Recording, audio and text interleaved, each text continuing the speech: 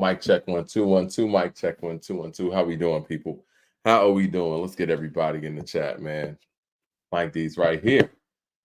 Shout out everybody. Happy top of the week to you. Man, we got a lot to get into today. Complex actually went out there and did a top 50 rappers in Atlanta. And it was clearly not put together by anybody in Atlanta. Jay-Z's actually making moves, get the 4040 Club relaunch, or he's actually going to put the 4040 Club somewhere else as well. I think in the tri-state area, I believe. And he has this deal with sports gambling going on. What up, L Bugs? Yeah, what up? Still here. I see you. I see you. And I want to talk this Nicki and Kim GOAT conversation too. And we're talking about the best female MCs of all time. But man, you know what? I wanted to start off this show a little different because we broke up last week's episode in pieces, and one of the pieces that got a whole lot of traction. And I'm gonna have Siobhan on later because you guys gave him a positive, warm response. So Siobhan's gonna come on later. We're gonna talk a little bit. But I wanted to kind of go through a little segment I call Mike D's Hate Mail. The video in question is going to be the video that we did, or at least a segment where we talked about Mike D believes that Eminem is afraid of game in a rap battle. Now, granted, it was myself and Siobhan that was a part of this conversation, and I seem to be receiving a lot of the hate from this. Let's see. Let me go through some of the comments while we're getting more people in the room. Thumbs up in the chat, everybody, and we're going to get to this list. And oh yeah, on top of the critiques that I have for Complex's top 50 rappers list from Atlanta, or Atlanta rappers, we're going to clarify that part of it too. On top of that, I actually created a top 50 Atlanta rappers list for myself. And who better be qualified? What other journalist in hip hop is more qualified to do that than myself? But anyway, let me go through some of these comments real quick. Let's see. Oh, this person, I don't even know how to pronounce this name. It seems it says LA Kong John B Ming or something like that. Anyway, says, see, nobody can beat him in a verse. Nobody, and y'all know that. So stop talking about culture or black or white or blue. Seriously, rap is rap, and he's doing it better than most black artists. Okay. I think it's Erica Poe Jr. says this got to be one of the dumbest takes ever. Another person says, Stray Music 6 says, where's Mike D? I thought the Beastie Boys were in the house for real. I'm out. They must be new. Another person says, dude came up battle rapping in Detroit as a white boy and learned production from Dre. What are you actually talking about? Man, you know what? I gotta respect this fan base, man. This fan base is strong, delusional, and they will stop at nothing. I think they're part of the Interscope staff or something. Respectfully. Said Brazy. All right, this person says, tell the hip hop streets to buy music then instead of shitting on Eminem. Why not focus on supporting hip hop you like? We do that all the time. We support hip hop that we like. And speaking of which, Dr. Dre has actually announced that him and Snoop Dogg have an album coming out slated for November. And y'all know me, I've spoken about Dr. Dre and his album's never coming out, or just talking about production that will never see the light of day. I actually believe this Snoop Dogg album is going to come out. And let me speak my piece on that, because when Dr. Dre releases music, it has to have a purpose, right? There has to be something that makes sense. The Chronic was released to launch Death Row Records. 2001, even though that Aftermath album happened, 2001 was to actually launch Aftermath Entertainment. The Compton album, that was for the NWA biopic movie. And nothing in the Detox, and this is why I've always told my friends, and I've always questioned the fact that the Detox would even come out, is because there was really no real purpose for the detox. Aftermath had already been launched. Eminem was doing the numbers that he was doing. By that time, 50 Cent came, was doing what he was doing. Then the game comes along. It's like, it's really no real point for the detox. What are we launching exactly? Jermaine Johnson with the super chat says, if Dre did a versus, he wouldn't play one M song. We all know this. And this is just, any of these people who are talking what they're talking, if they had Dre's catalog and they were doing a versus up against anybody, they're not going to play one Eminem song that Dre produced. That's just the truth. But anyway, now let's talk about this new Snoop album.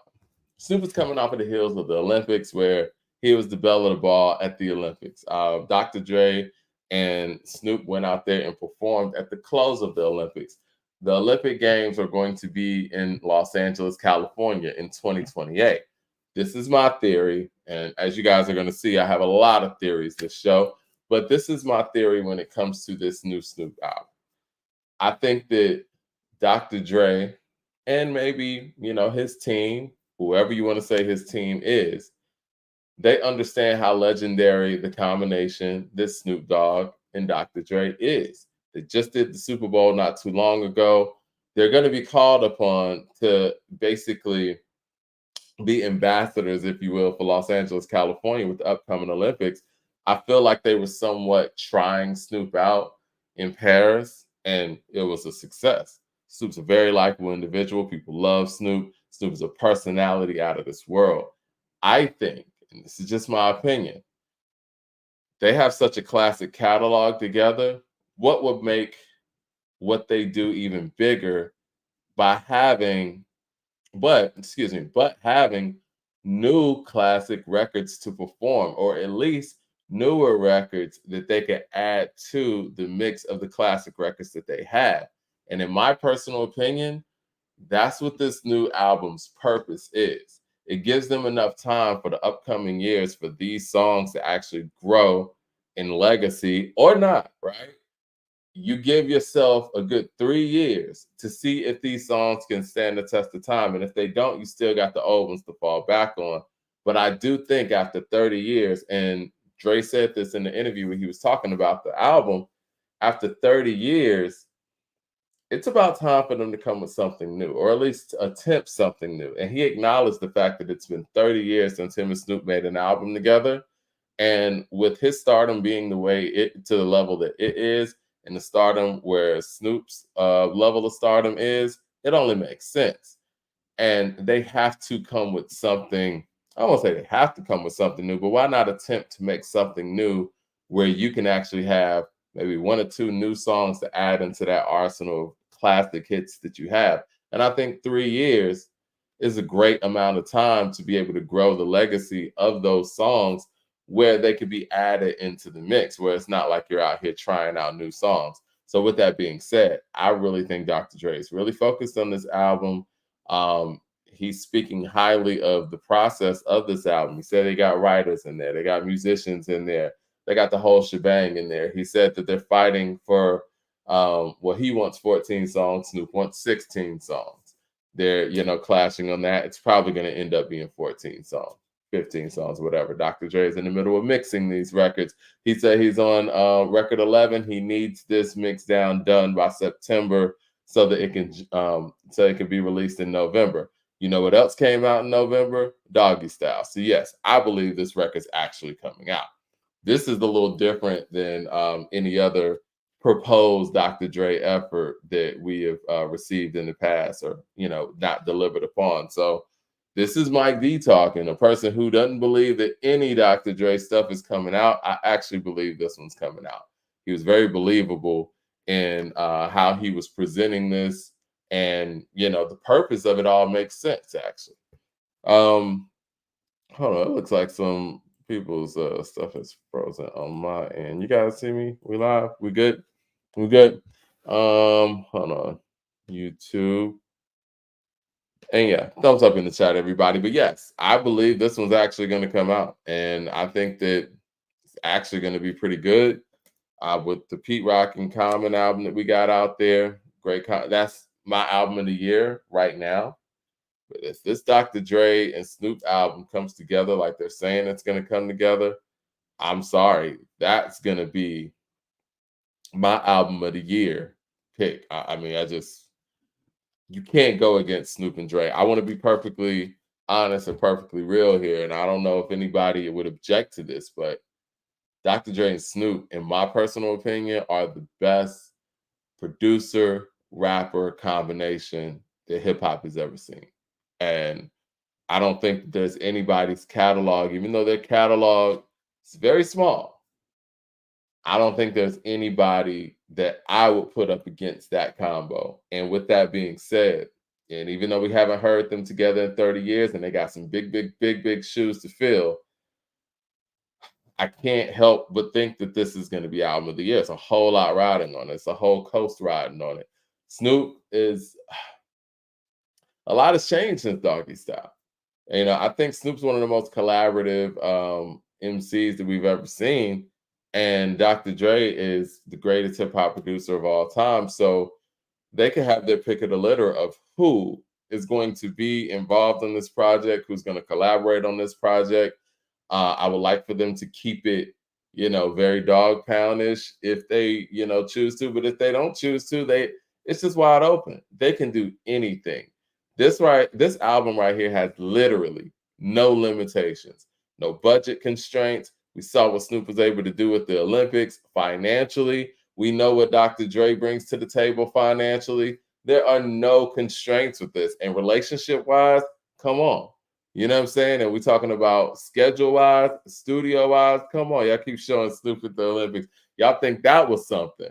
When they come to LA, man, it's gonna be Snoop Doggy Dogg and Dr. Dre land for real. And but with that being said, do I expect this album to be better than Doggy Style? Of course not. Doggy Style is the top 5 hip hop album of all time, in my opinion. So I think that is, and then 30 years removed from that, I think that that's unreasonable by every estimation. But what I will say, in my personal opinion, I think Snoop Dogg's second best album is Rhythm and Gangsta, which came out in 2004, or was that five?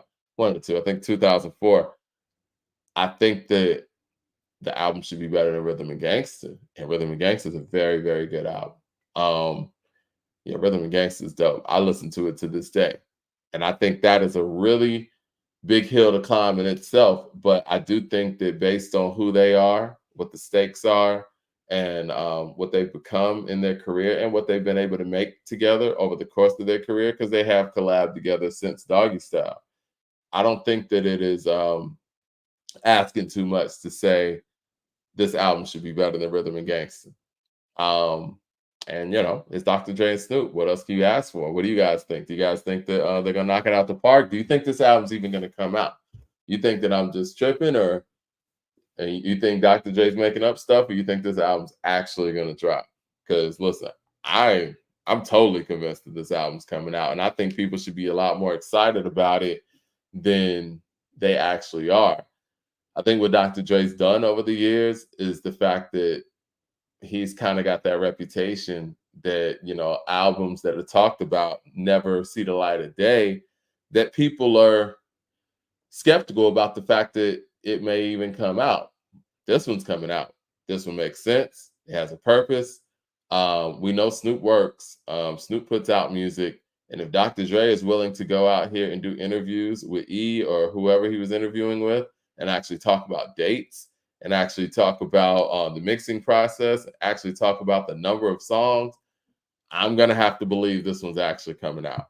Now, to Ron's point in previous shows, we got to ask ourselves, when's the last time that Dr. Dre produced a great album from beginning to end, hip hop album himself and with his name on it? And maybe it has been a minute, so he has some things to prove here as well. But I've always said Snoop is his rock, and Snoop is his best collaborator.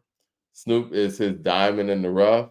Snoop is the guy that Dr. Dre needs whenever he's trying to make any kind of move. The Aftermath album, Aftermath Presents, didn't work out because Snoop wasn't involved. When 2001 came around, It was time to call Snoop.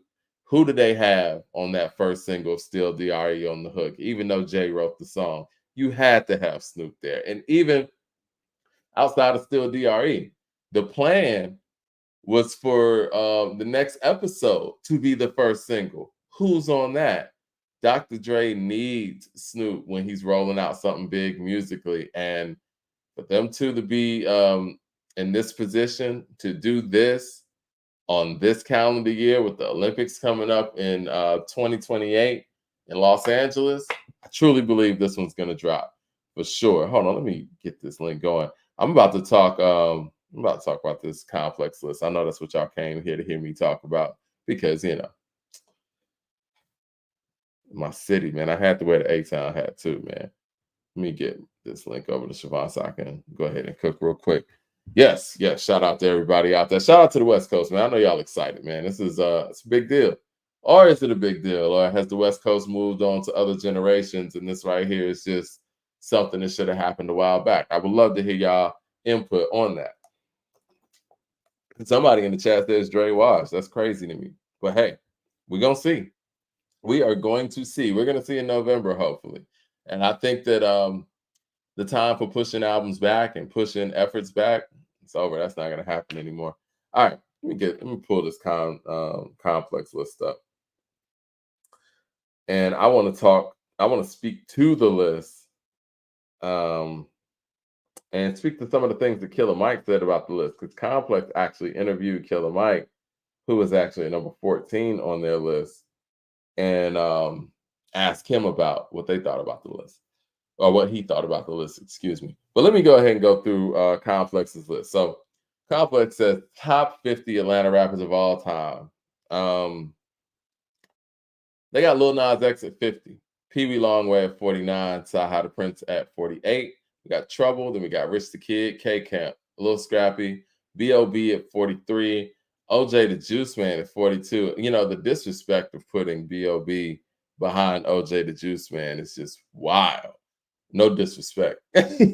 Roscoe Dash at 41, Sean Paul at 40, Cool Breeze at 39, Young Nudie at 38, Rich Homie Quan at 37, Fabo at 36, Diamond at 35. I don't know how they got to Diamond at 35. Diamond doesn't really have that much of a catalog, and they're talking about Diamond from Crowd Mob, right? I don't even know if Diamond has the hands down most memorable verse on Nuck If You Buck like that.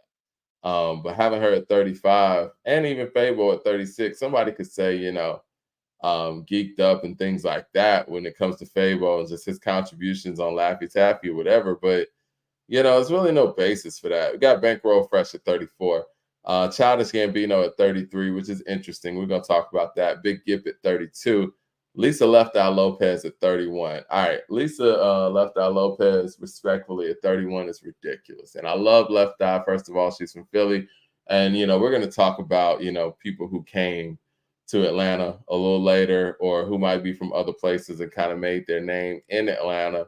But I think that Left Eye was a very talented MC. I spoke about this on the show when I did the top rap verses on an R&B record. Very, very talented MC, but I don't think that Left Eye had the time or the catalog to really show people what she could do musically. I don't think that when we're talking about Atlanta rap, anyone really thinks of Left Eye in that sense. And I respect the fact that they put her on the list, and that's showing a whole lot of respect to TLC as an Atlanta-based group. But she's not from Atlanta, and she was grown when she came to Atlanta. Now, we can give some people a pass who actually came to Atlanta as a youth. Maybe moved to Atlanta in 7th grade or moved to Atlanta in 6th grade. She was grown, she was in Philly, came down here for an opportunity to make it in Atlanta, which is a little different. Jermaine Johnson with the super chat says Common and Pete Rock, LL and Q-Tip, Nas and Primo, and now Stoop and Dre. If someone said this a year ago, we would say, no way, get the fuck out of here. I love it. Right. I know it sounds crazy, but out of all of these, the one that I don't think is actually going to drop this year is the Nas and Primo. And I hope I'm wrong with that. And I'm not saying that in a disrespectful way. I just think that Nas put in so much work with Hit Boy. Like, he deserves to, sit down and take a rest for a second. You know what I'm saying? Now, as far as the LL and Q-Tip, that's happening. We got track lists out there for that. We got a release date for that. That is happening. The Common and Pete happened. This Snoop and Drake thing, that's happening, guys. That is happening. But yes, somebody mentioned the Brat. Putting Left Eye on here is just like putting the Brat on here. You might as well put the Brat on here. You know what I'm saying? Like, same situation.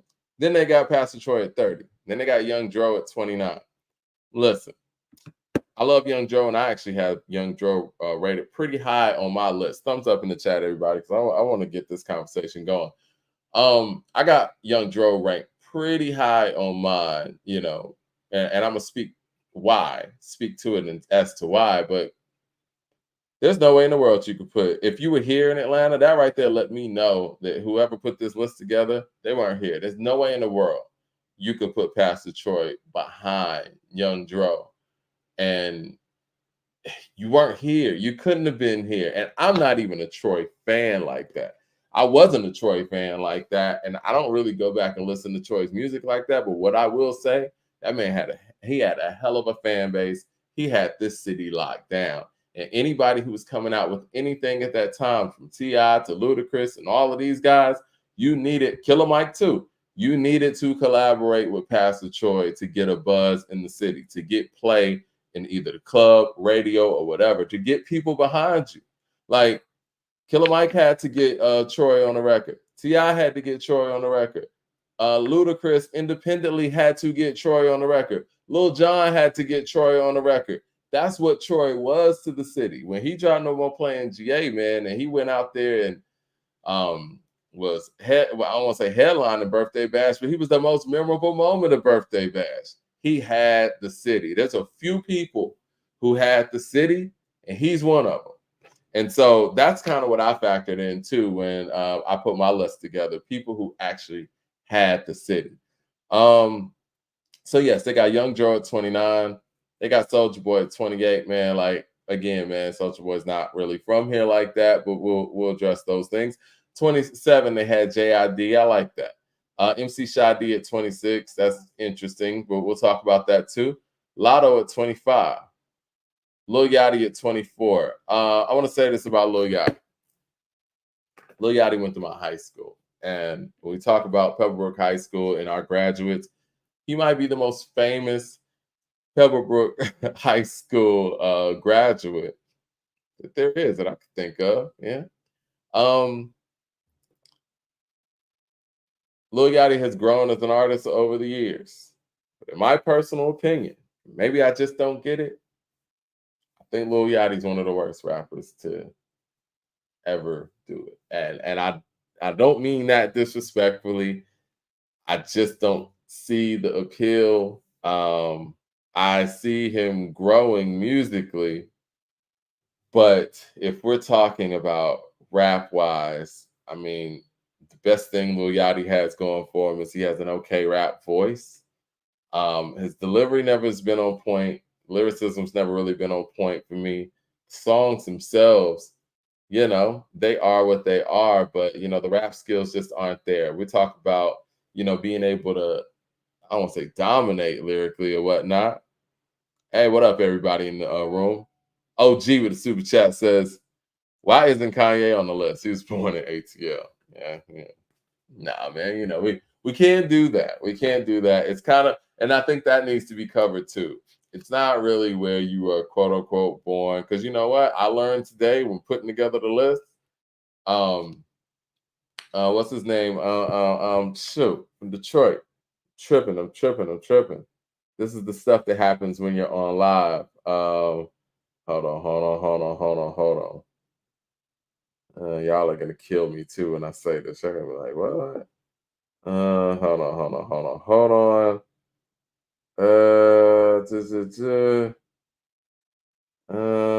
Nah, I want to say this. Let me hold on. Give me 1 second, because I just learned this. It'll come to me in a second. I don't want to stop the show too much or stop the flow. No, but I I gotta get this thought off. Not Grizzly, not him. No, no, no, no. So the cast on. No, no, no. Bodie James. I ain't even have to look it up. Bodie James was born in Atlanta and he moved to Detroit when he was 6. So we can't play that game. I don't want to do that. That gets really, really confusing at that point. Yes, Ludacris was born in Illinois as well. But this is what I'm gonna say about Ludacris born in Illinois, and we're gonna get to him and his ranking and all of the things that come with that. Luda's impact on the Atlanta scene is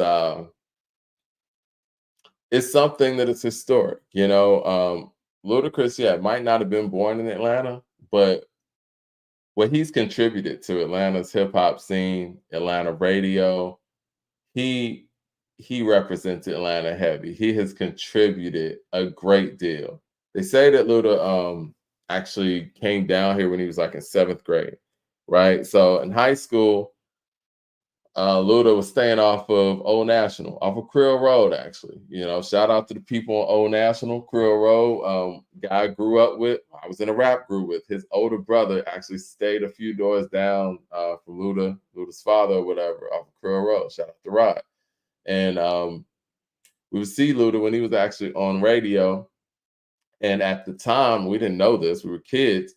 The radio station was actually on Old National. And so Luda had the opportunity in high school to be able to intern at that radio station and be in there, and to the point where he actually got a show. He was doing drops to DJ Nabs, who already had his afternoon show. He started doing the late night show, Future Flavors with Poon Daddy. Shout out to them. They're radio legends here in Atlanta. And they were able to take on the 6 to 10 spot, pretty much going against the legendary Greg Street. And me as a kid, I went and listened to their show over Greg Street. That's how great Chris Lover Lover, aka Ludacris, and Poon Daddy's show was. So incredible show. We knew that Luda could rhyme. We knew that Chris Lover Lover at the time could rhyme. Fat Rabbit had come out. He had, did that record with Timbaland, which came out on Tim's Bio in 1998. That was getting played only on that radio station because at the time the competition wasn't, trying to play Ludacris's records because he was the radio guy for the other station, the competing station. And I remember him building up Incognito and saying that he was going to drop an album. And we all were so ready to support it because we knew that Chris Lover Lover could rap. We knew that this person we heard on the radio not only could rap, but we wanted to hear him rap. It wasn't one of those things where it's like, we knew that he could rap, but, we don't want to hear him rap. We wanted to hear him rap. And so he was like, Incognito coming. And then he dropped What's Your Fantasy? Like literally the fact that What's Your Fantasy is a independent song, it was able to make waves nationally in the way that it did. When you think about it, it's incredible. This is an album that he was selling out the trunk, quote unquote. Like this is something that he pressed up. Even when you bought the album at wherever locally, like the book was like 1 or 2 pages. You could tell this was something that he actually put together and put out. And so we were rooting for him the whole time. And I remember I was a freshman at Alabama State, man. I moved away from Atlanta and I was in Montgomery, Alabama. Shout out to all of my people out there. I was in Montgomery, Alabama, and I remember hooking up my television freshman year, and I put on the box and I saw Ludacris, What's Your Fantasy? And I'm like, wow, they're playing this outside of the city? And so that was a big moment. And it's like, oh, we actually saw somebody make it, and then start seeing them on BET and 106 in Park. And then boom, you working with the Neptunes, dropping Southern Hospitality. And he literally right before our eyes not only became a great radio DJ and a legendary radio DJ in the city, he became our first real big solo national hip hop superstar. And that is very important.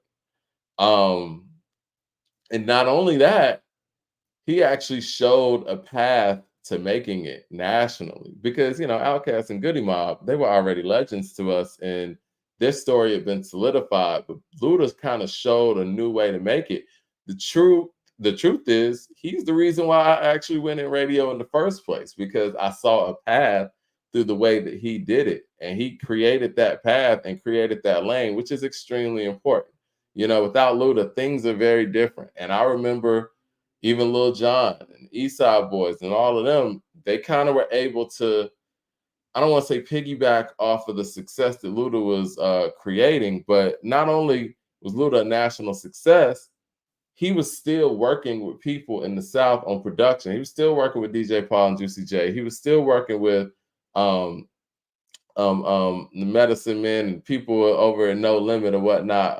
Because what's his name did move? Um, um, um, KLC. KLC and people like that, still working with organized noise in ways that many national artists just weren't. So yeah, man, a lot of respect to Luda, and Luda should be respected, but we got to be objective as well, and that's where some of the critiques come in. So anyway, saying all that to say, yeah, he might have been born in Illinois, but his contribution to Atlanta and Atlanta hip hop scene, he's contributed more than people who were born and raised here their whole lives. So I will give Ludacris that.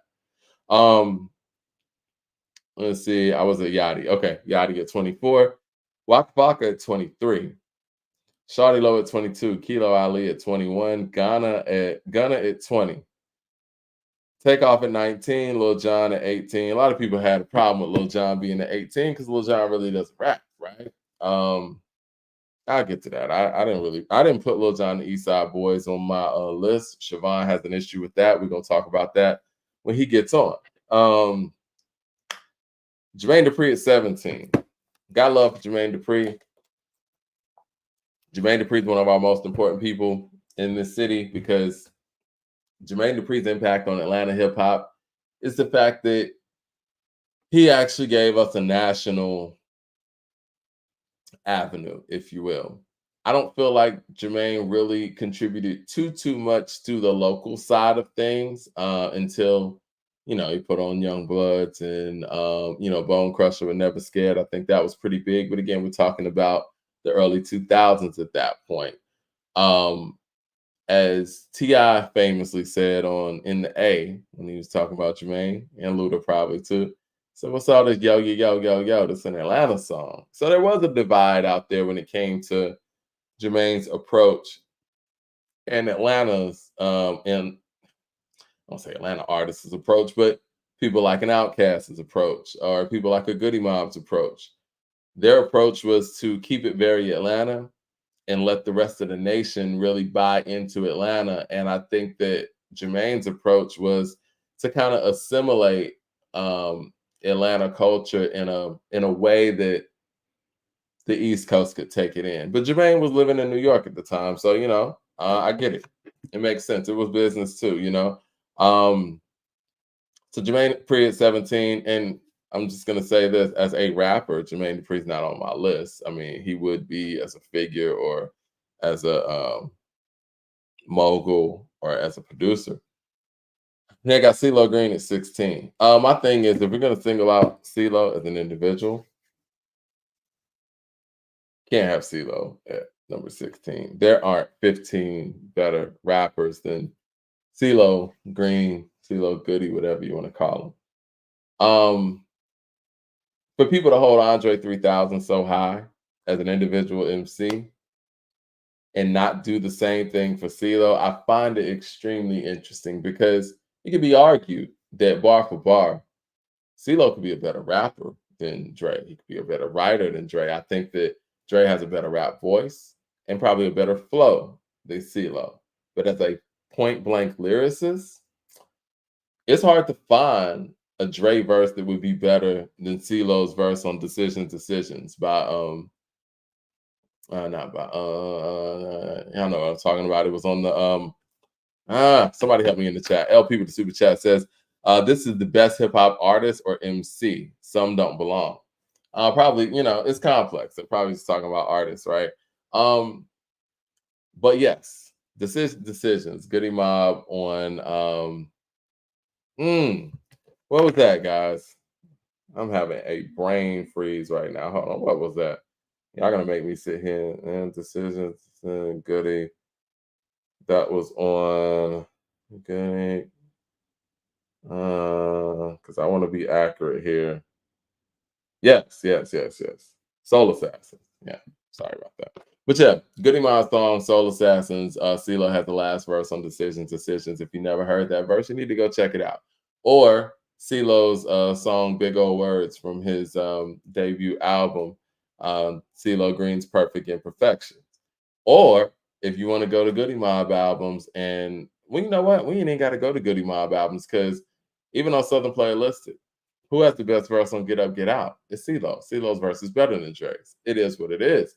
And every time those guys have gone head up, and if you want to sit there and compare them to as lyricists or whatnot, it's not as far as apart as people want to make it seem. Yeah, DJ Muggs. Shout out to DJ Muggs, one of the greatest ever.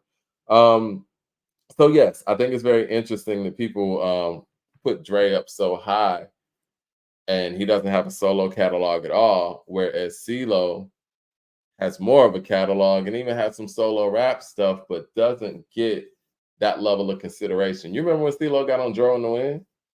CeeLo can rap, guys. And he's proven that on every level and every generation. And he's proven that when he's on songs with Dre.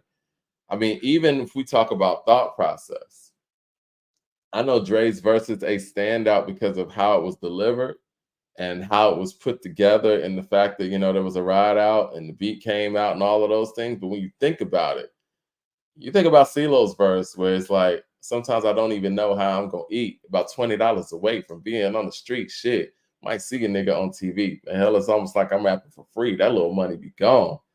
Yeah, man, I'm grown. Gotta help keep the heat and the lights on. Like, he hits from a different trajectory many times lyrically. Mad Max to the super chat says ATL doesn't have 50 niggas to have a list. 25 max. You know what, Mad Max? Wait till you see my list. I kind of somewhat agree with you, but it's we're gonna get to my list in a second. Now let me finish up their list and some of the things that's wrong with it. So yeah, you got CeeLo at 16. It ain't 15 people better than CeeLo. And then you got Quavo at 15, where you got CeeLo at 16. Now, there's no way to measure by any level having Quavo ranked over CeeLo, not as an artist, not as an MC, not as a soloist, not even as a group member. Let's compare Quavo as a group member in the Migos to CeeLo as a group member in Goody Mob. Doesn't match. Let's compare CeeLo in Nas Barkley to Quavo in Honcho Jack with Travis Scott, for the people who don't know. Not comparable. Let's compare Quavo's solo career, which is non-existent, to CeeLo's solo career. You can't do it. So tell me, Complex, how are you putting, how on earth are you putting Quavo over CeeLo? I would like to know that. I would like to know that alone. All right. Killer Mike at 14. Ooh, Killer Mike over CeeLo too? All right, whatever. And then you got Offset at 13. Then you got Playboy Cardi at 12. Now, see, that's where I checked out. Playboy Cardi at 12. I don't even think I have to say anything about that. 21 Savage at 11. 21 Savage is from the UK. Now, y'all want to talk about Ludacris? 21 Savage is from the UK. He just became an American citizen. I mean, if he's on the list, yeah, we should put Kanye on the list. Jeez. But I put him on my list too. I did, just for shits and giggles, to be honest. Then they got Lil Baby at 10. 2 Chainz at 9. I'm glad 2 Chainz is getting his respect. Big Boy at 8. We're gonna have a whole discussion about why Big Boy gets disrespected. CeeLo, I get it. CeeLo is one of those people who is so talented that I think people forget who he is as an MC. Let's get the camera back on me real quick. I want to talk to the people real quick. I want to talk to the people on this one. This is very, very serious. The way that they treat Big Boy, it's mind-boggling to me. Now, CeeLo, I kind of get because people might not be as familiar with Goody Mob. Oh yeah, yeah, we can take away the list real quick. Let's get the focus on me real quick. Are they asleep back there? Well, hold on, let me get the rest of this list going. Ludacris is 7. Ludacris is 7. Hold up. Yeah. Ludacris is 7. All right, cool. I'm back. I'm back. Thank you. Thank you. Anyway, CeeLo, I kind of understand because you know what? People might not be as familiar with Goody Mob's catalog as they are Outkast's catalog because Outkast was a little bit more mainstream than Goody Mob was. And maybe people don't know Goody Mob's B-sides to that level. And maybe CeeLo's solo career has been so successful that, you know, maybe they're just unaware of the work that he did in Goody Mob as an MC. But Big Boy continuously being treated like this, there's no excuse for this. I don't understand it. It's blasphemous. It's very unfortunate because when we look at this, all of the things that you like about Outkast or that you love about Outkast or the things that made Outkast great from a core standpoint and from, you know, just putting together these records and putting together these hooks and just the whole identity of the group, the yin and the yang or whatever, that doesn't happen without Big Boy being who he is as an MC. Like I told Siobhan last week, and we talked about this. Everything that we hoop and holler about Dre on is because Big Boy was able to be there to balance that out. And why do I say that? Because Dre's never proven as an individual that he can go out there and do any of the things that he did in Outkast. And he was able to do those things because Big Boy was there rooted, you know, I won't say rooting him, but keeping him rooted and being that foundation on the track where he's able to do these things, right? He's able to go out there and be Andre 3000 from Outkast because Big Boy is there.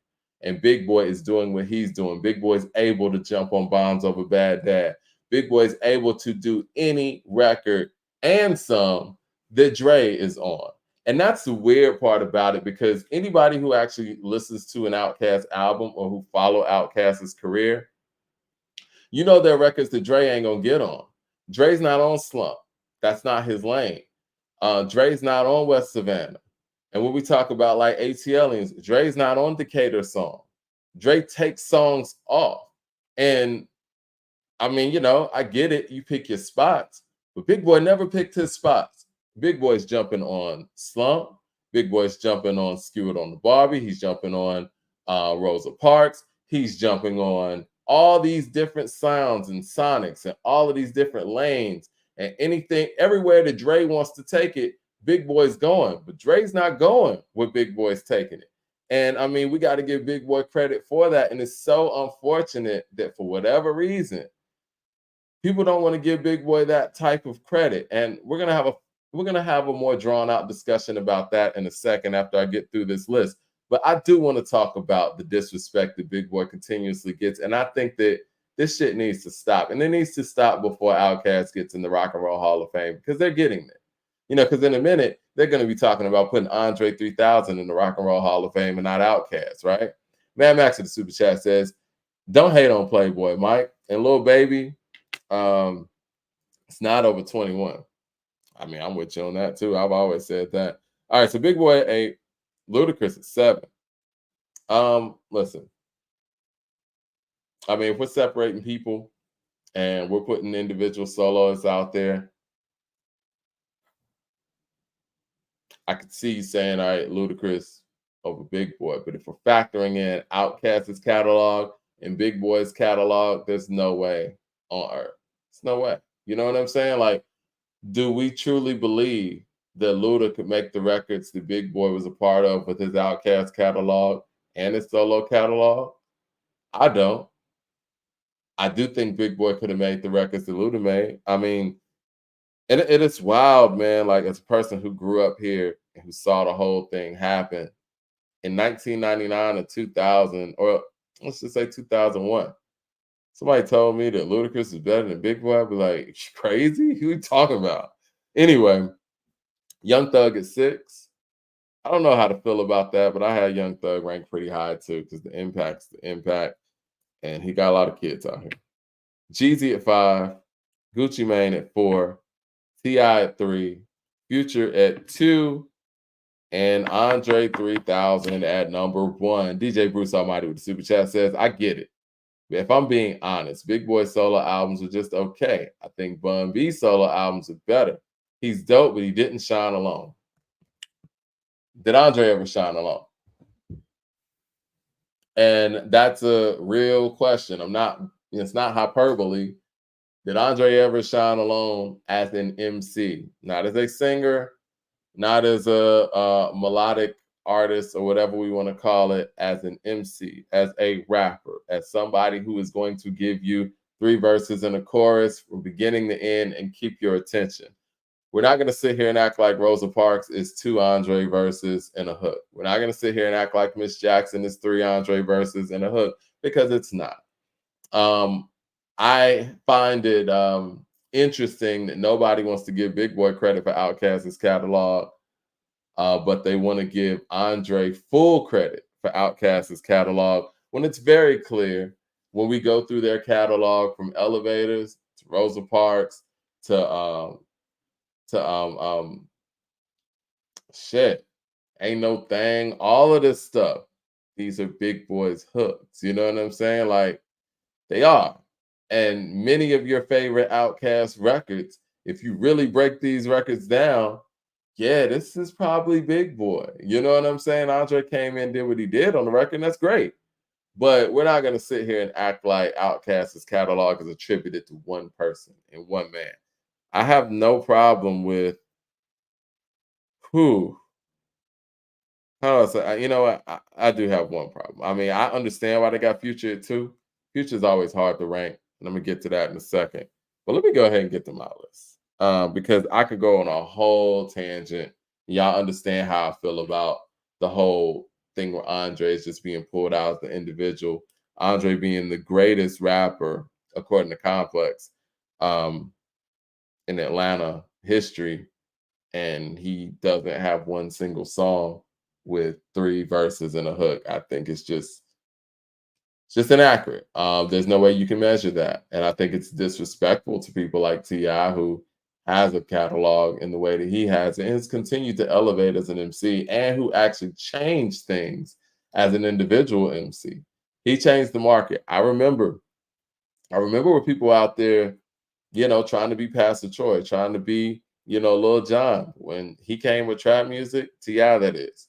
He changed the whole culture. He changed the whole landscape. He changed the way people were rhyming. He changed people's approach to what they were doing. T.I. was a superstar.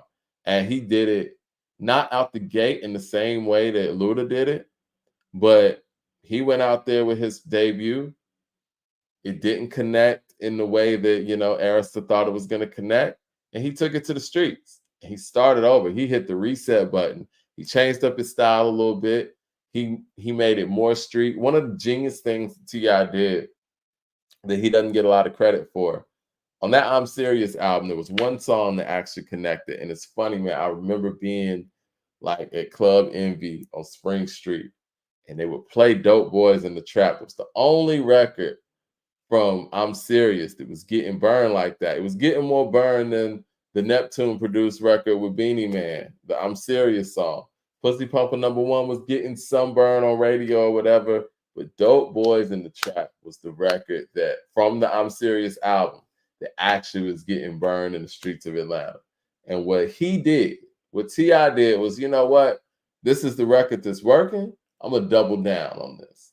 And he doubled down and made trap music because Dope Boys in the Trap was working. He's like, look, this is what people want to hear. This is what people fuck with me for. This is what I feel. This is what I sound authentic doing. Let me go ahead and double down on this and take this to the streets. And then we get 24s. And then we get a whole new artist. And I think that's one of the most brilliant rebrandings that we never talk about. I think that when you got Mobb Deep from Juvenile Hell to the Infamous, you got the Fugees from Blunted on Reality to the Score, even Common from Can I Borrow a Dollar to Resurrection Those are great transitions, and they understood what they needed to do to elevate and be that artist that they needed to be, and what the next level was. But what Ti did, the transition he made from "I'm Serious" to trap music is game changing, and I will give him credit for that. And that did set the foundation for the subgenre trap music, and I think he should get a lot of credit for that. Now, do I think he kept that subgenre going? I would give that credit more so to Gucci and Jeezy and Shawty Red and people like that. But he did set the playing field to say records like this and shit like this will work in Atlanta. Now, I do want to say this, and this is why I got Cool Breeze on my list and I have him as high as I have him. I think Cool Breeze set the blueprint for T.I.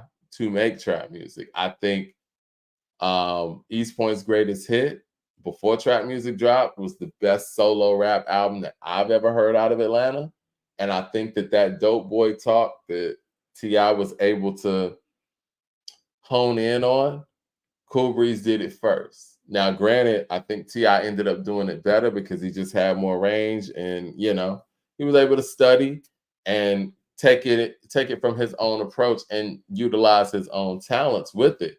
But I will give Cool Breeze credit. I think he's the foundation for trap music. I've never heard T.I. say this, but this is just me as an Atlanta fan and as a hip hop listener.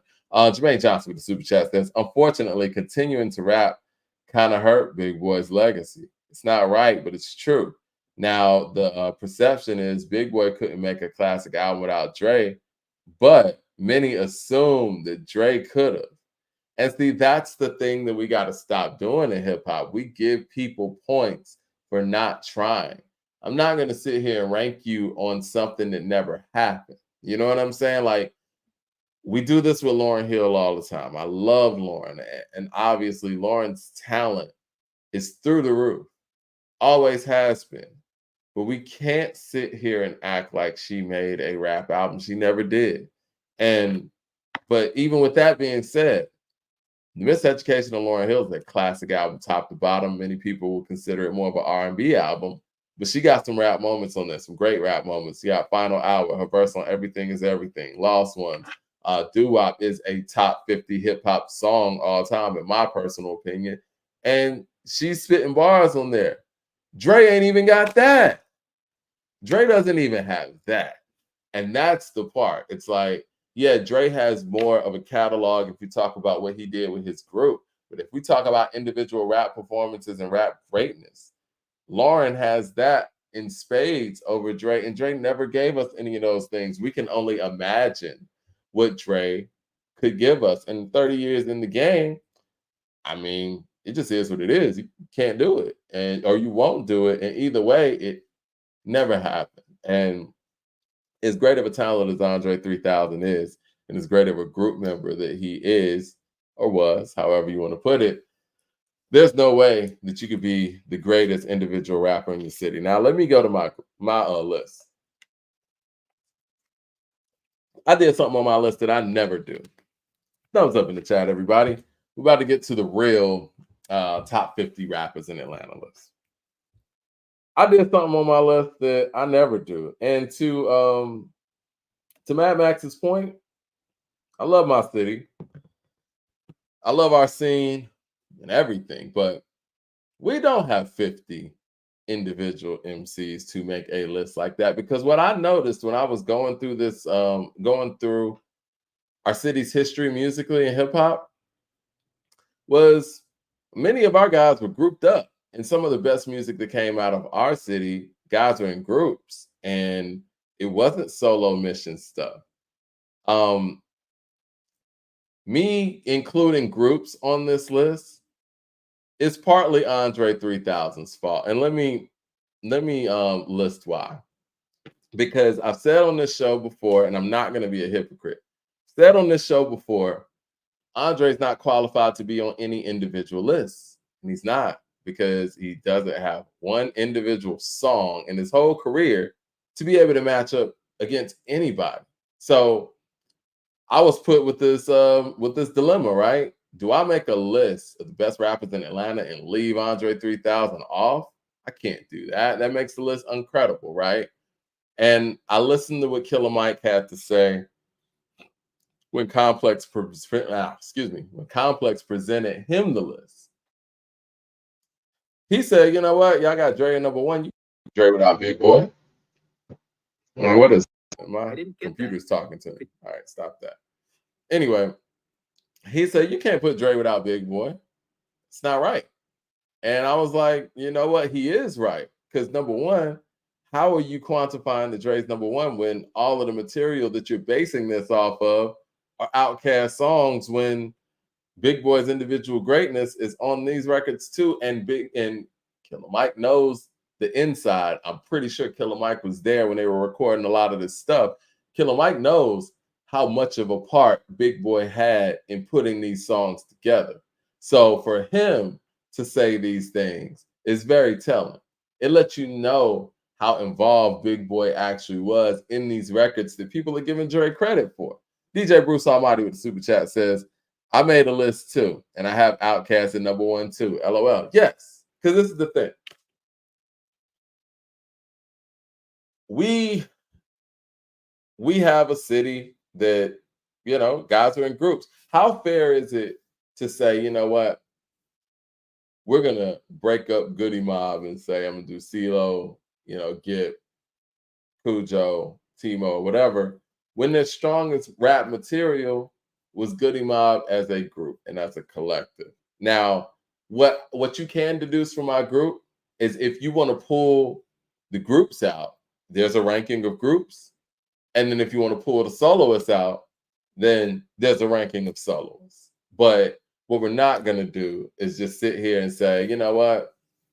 Somehow I'm quantifying that Quavo deserves this spot. No, I did that with all of them because everybody's strongest moments are in groups. And I'm not going to be able to rank certain people properly. But again, Andre is the person that made me do that because you know what? If I had to pull people out individually and not factor in groups, Andre wouldn't be on the list at all. He couldn't be on the list at all. And the only way I feel like to give him his proper credit, because he deserves it, these guys put Atlanta on the map. They made the best albums in our city's history as far as hip hop goes. Shit, probably music, period. So the Outkast brand deserves that. The Outkast brand deserves to be number one on any Atlanta list.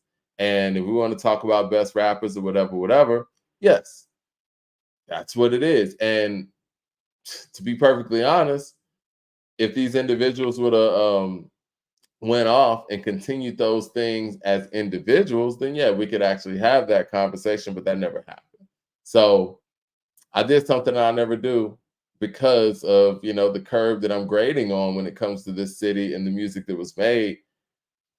I had to put Outkast at number one because you guys wouldn't respect a list of Atlanta rappers that didn't have Andre 3000 on it at all, right? Does that make any sense? If I had a top 50 rappers list for Atlanta rappers and Andre wasn't on the list and you had Young Thug and Future and guys like that on the list, would people respect that list? So I think that the best way to do it just had to add Outkast as number one. And I don't think anybody can refute Outkast being number one on an all-time list that concerns Atlanta, right? Let me change up some things over here. All right. Okay. So my list goes like this. Outkast number one. T.I. number two. Any objections? Goody Mob number three. Future at four. Future's always tough to rate, but you know what? Future's impact and everything that he's put together over the years, his longevity, his consistency to a certain degree, his versatility, somewhere else, man. He really is. And it's put the city on his back in many, many respects.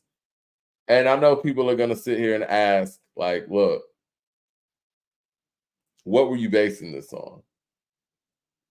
I was basing this on everything. You know what I'm saying? Longevity, basing it on impact, basing it on skill set, originality, what you brought to the city.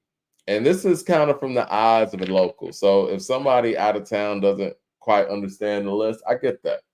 But like I said earlier, these are people who had moments.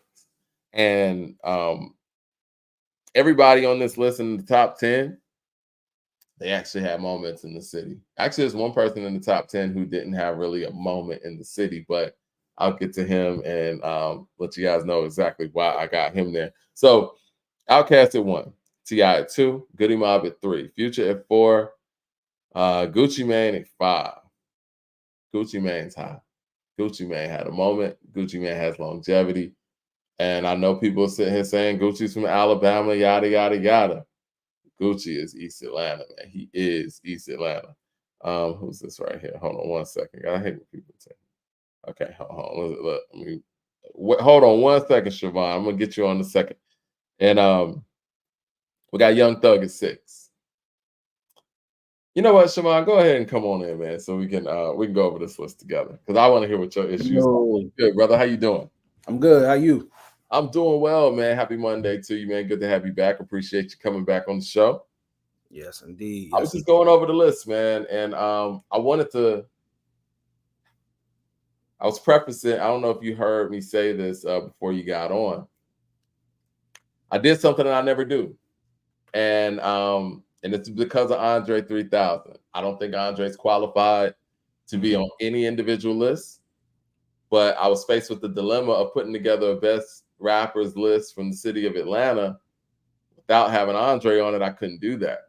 It's not a credible list without him on the list. So I was forced to put groups together, and I got Outkast at number 1.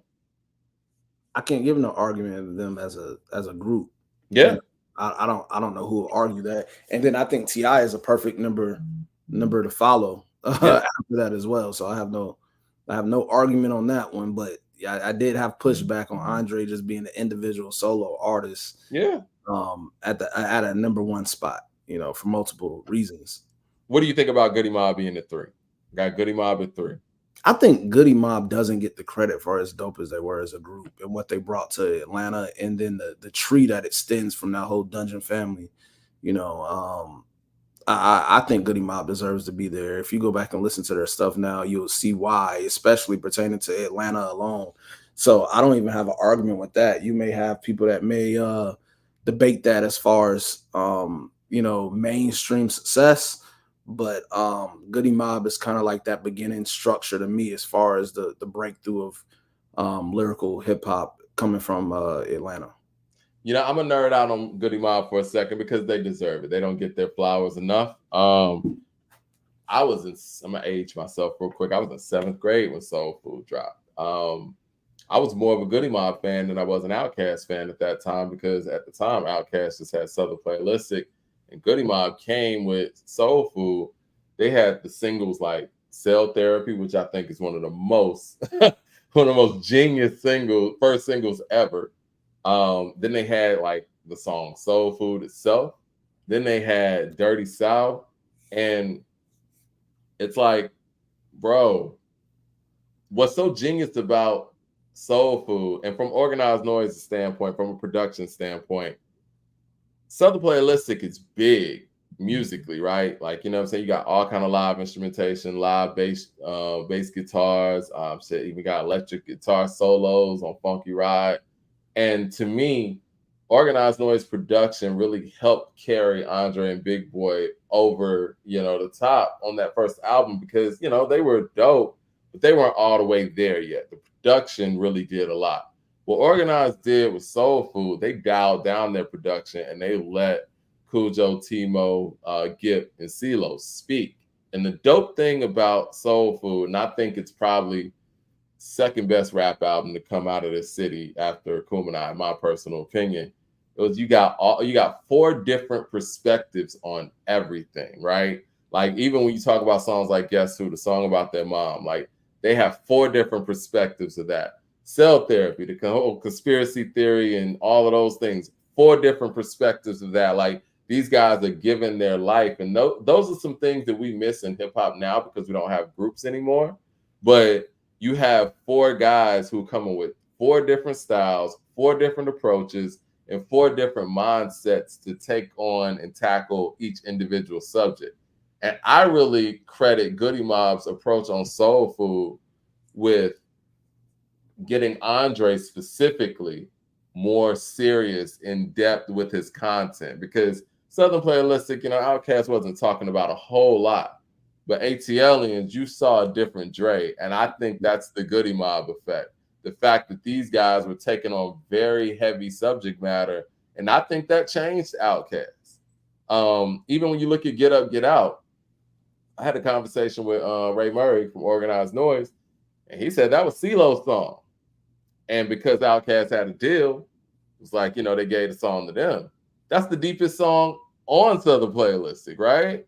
So that deep subject matter, that comes from Goody Mob. And we got to give Goody Mob their credit and their flowers for the foundation that they set as well. It wasn't just Outkast that set the foundation for Atlanta hip hop. Goody Mob had a lot to do with that too.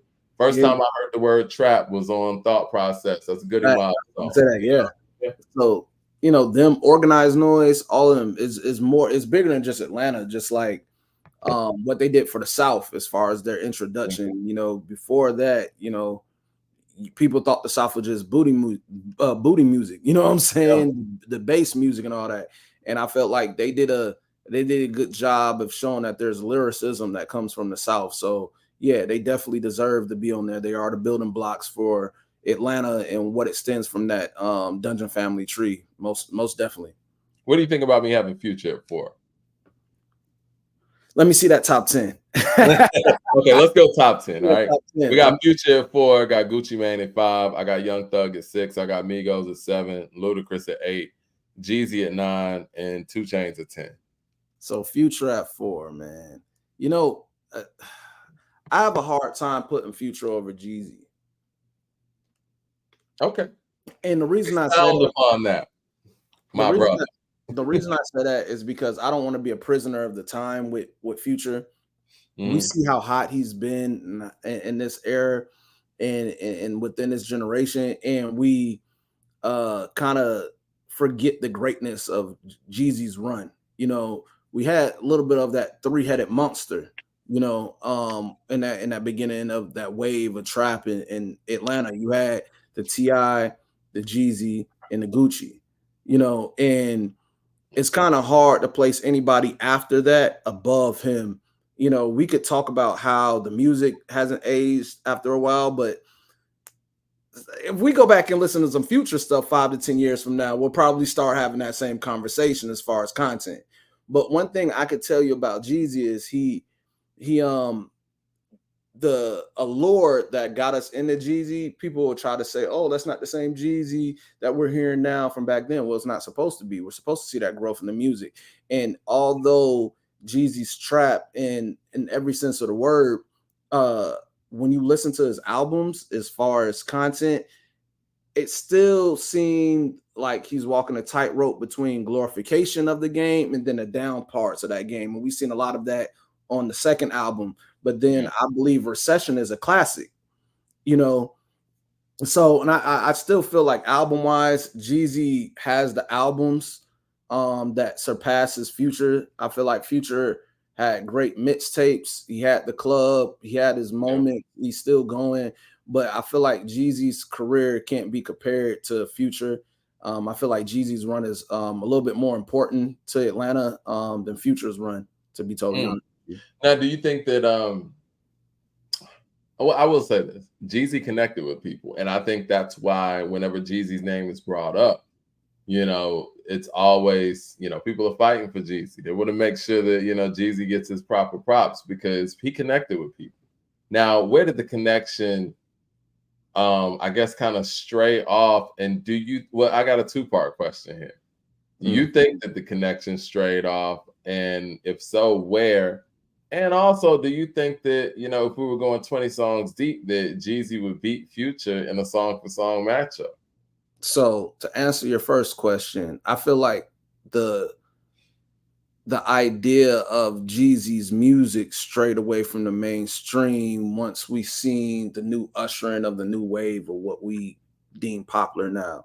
And we still have the trap music, but it's so exaggerated. We see videos on YouTube or just like on your reels or something where you can see like whatever suburban kid making a trap song in 3 minutes, so the idea of trap music is kind of diluted. But what I would say about what turned people off from Jeezy is the content is starting to feel, I guess, redundant to them, which I didn't see that because I see him growing up in his music on these later albums. But just the idea of what he was talking about, I guess it got, born to people, or it didn't feel as nostalgic as possible. And then I think it didn't help him with, all right, you Jeezy, you this guy that we think of the supreme trapper and all that, and we see you go wife Jeannie Ma, and I think that kind of like, to me, that wasn't a difference maker for me, because that has nothing to do with the music. But for some Right. people, they stop looking at Jeezy as being a street guy. And at this moment in his career, if you're still a street guy, then you failed, bro. So I don't ever Right. understand that fan perspective on him. But for me, I feel like he adapted to going from the streets to the music and bringing that into the music, and then showing the growth within that very well. And I just don't think he gets the credit for it. And it's often critiqued because they're only judging him based off his last great work. And when you really think about music, artists are judged off their last great project. So I mean, if that's what you want to run your criticism of him, he's in good company of work that he's put out. And we've seen what the true testament of his music was between the Gucci and Jeezy verses. Yeah, Gucci had his moment. He performed the beef song in front of him. He still held on to this type of boogeyman thing that they wanted to see from him. But when you start breaking down that music and those hits, we start to see who was the guy who was kind of doing it on the mainstream wise of putting Atlanta on the map and what really matters. So I feel like Jeezy deserves more credit to his music, because I feel he was more than just a street rapper. I felt like he gave you a glimpse into that world and showed you the ills of it, while also giving, true people motivation to get it however they get it. And he says that in countless interviews and things they've done. But yeah, I feel like Jeezy definitely should get more credit. The raising head with the super chat says, surprised the Outkast cop out as soloists. Yeah, I mean, listen, I think that you want to talk about Outkast as soloists. I think the true solo MC in the group, and Dre would even say this, is Big Boy. And I think that Big Boy did get accustomed to having another MC by his side. I think if there was any mistake that Big Boy made as a soloist, was not taking on Speaker Box the way he could have as a soloist. Because Andre, I will give Andre credit for what he did on Love Below. He took on Love Below as a soloist. And I think that Big Boy should have done the same thing on the other side. Like the only real feature, I mean, he got Khalees and Nora Jones on there. The only rap feature is Big Boy on there. You know what I'm saying? And he did that album the way he was supposed to. He shined as a soloist.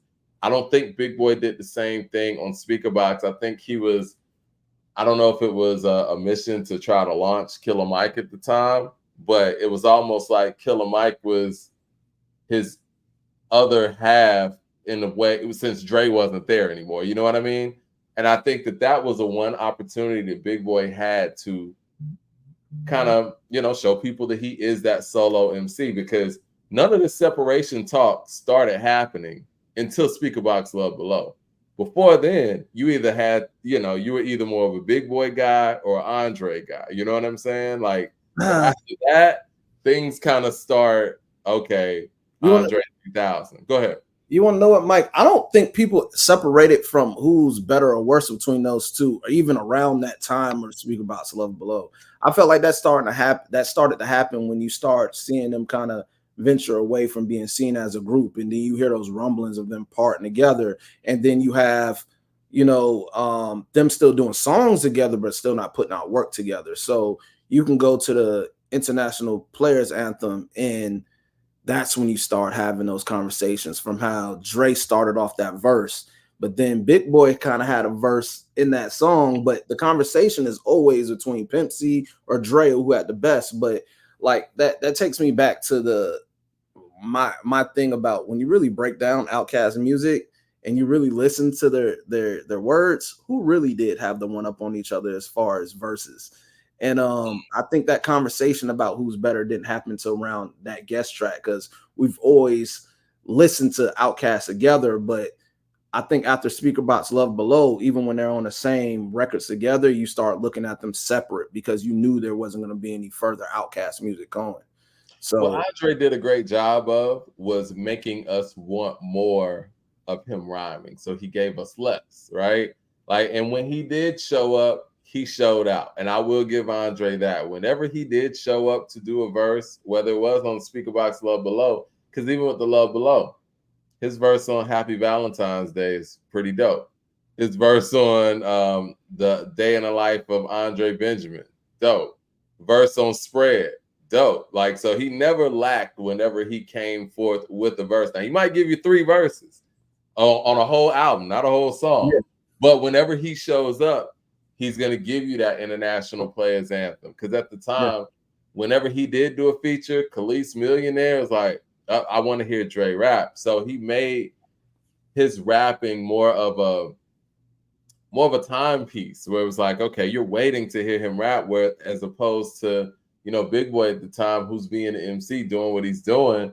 It's like, okay, well, we hear Big Boy rhyme. Where's Dre at? When is he gonna rhyme again? You know what I'm saying? And he created that level of energy, and it didn't help that you had people like Eminem and Wayne that were really separating Andre. I think when Eminem did Till I Collapse and named his top 10 MCs, I think yeah, that's the first time I ever heard anybody really separate Andre from Outkast like that.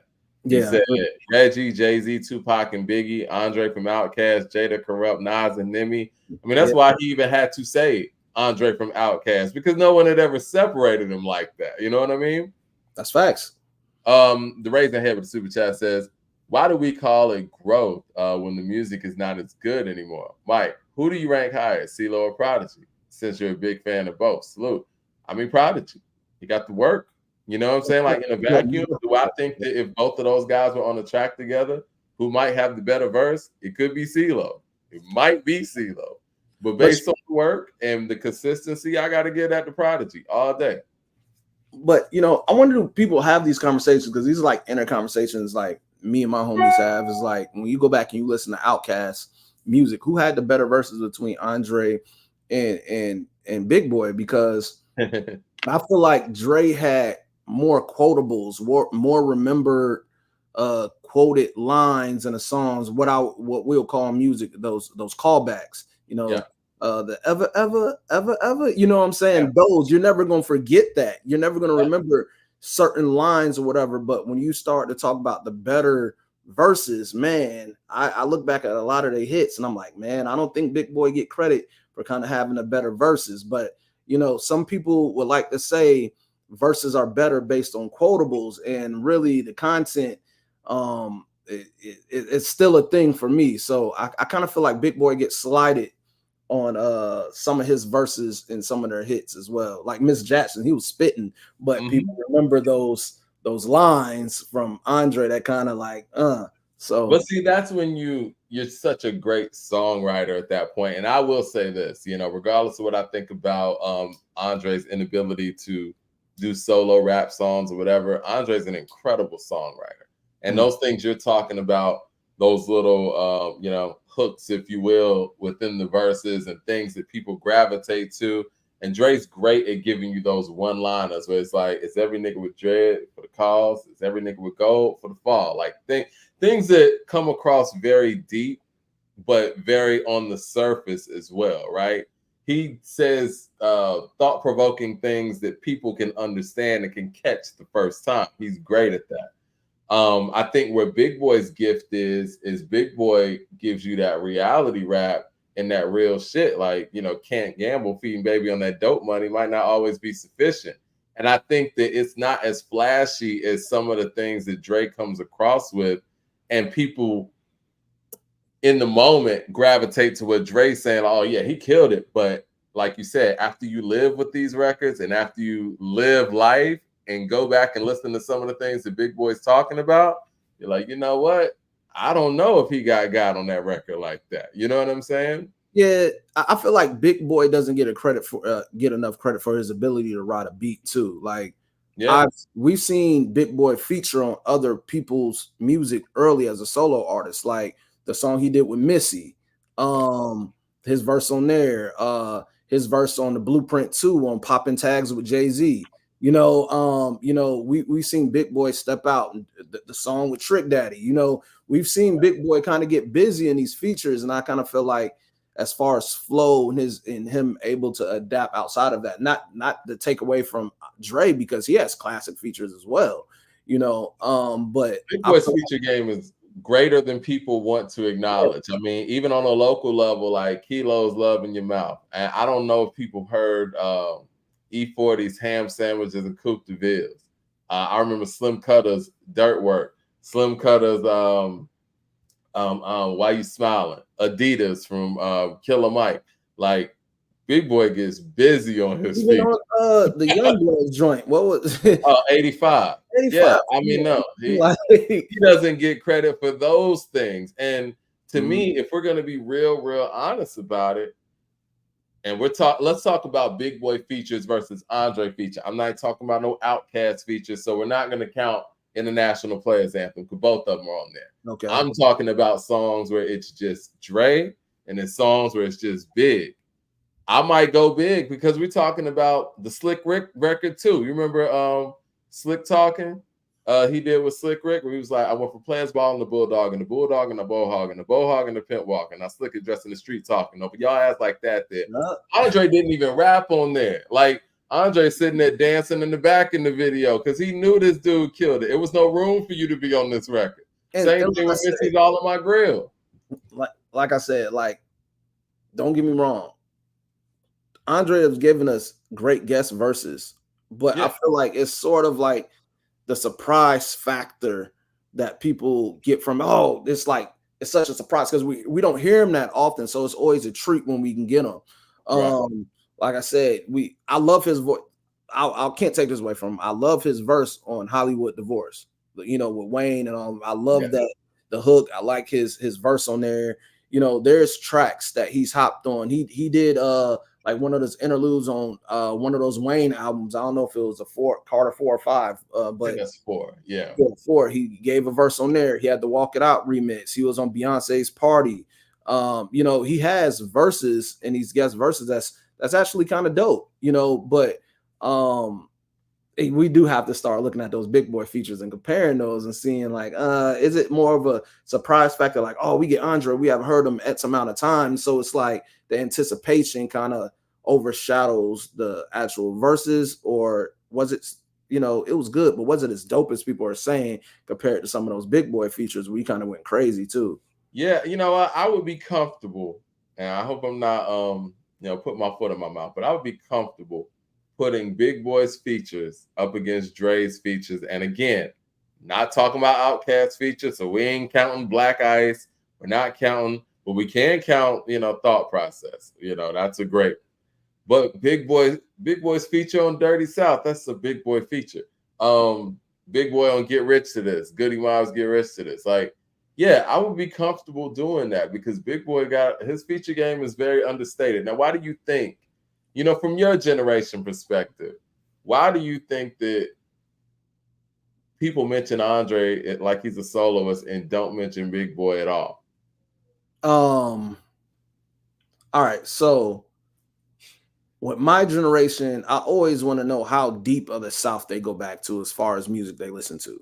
Because, we have a lot of people who like just listen to whatever was hot because the radio said so or whatever. But they didn't really get into the Atlanta wave unless they were really, really into that wave of music until it went mainstream.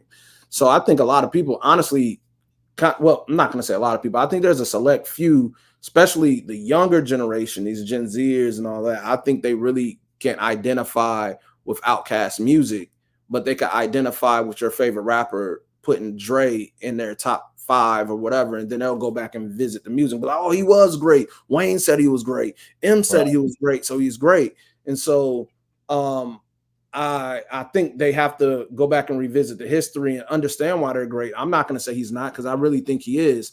But I think there's a lot of people that start to put him in that top thing as a soloist without really understanding the contribution of Outkast as a whole. And it's kind of like piggybacking off other said opinions more so than the genuine listens to their music and seeing what they're going out on.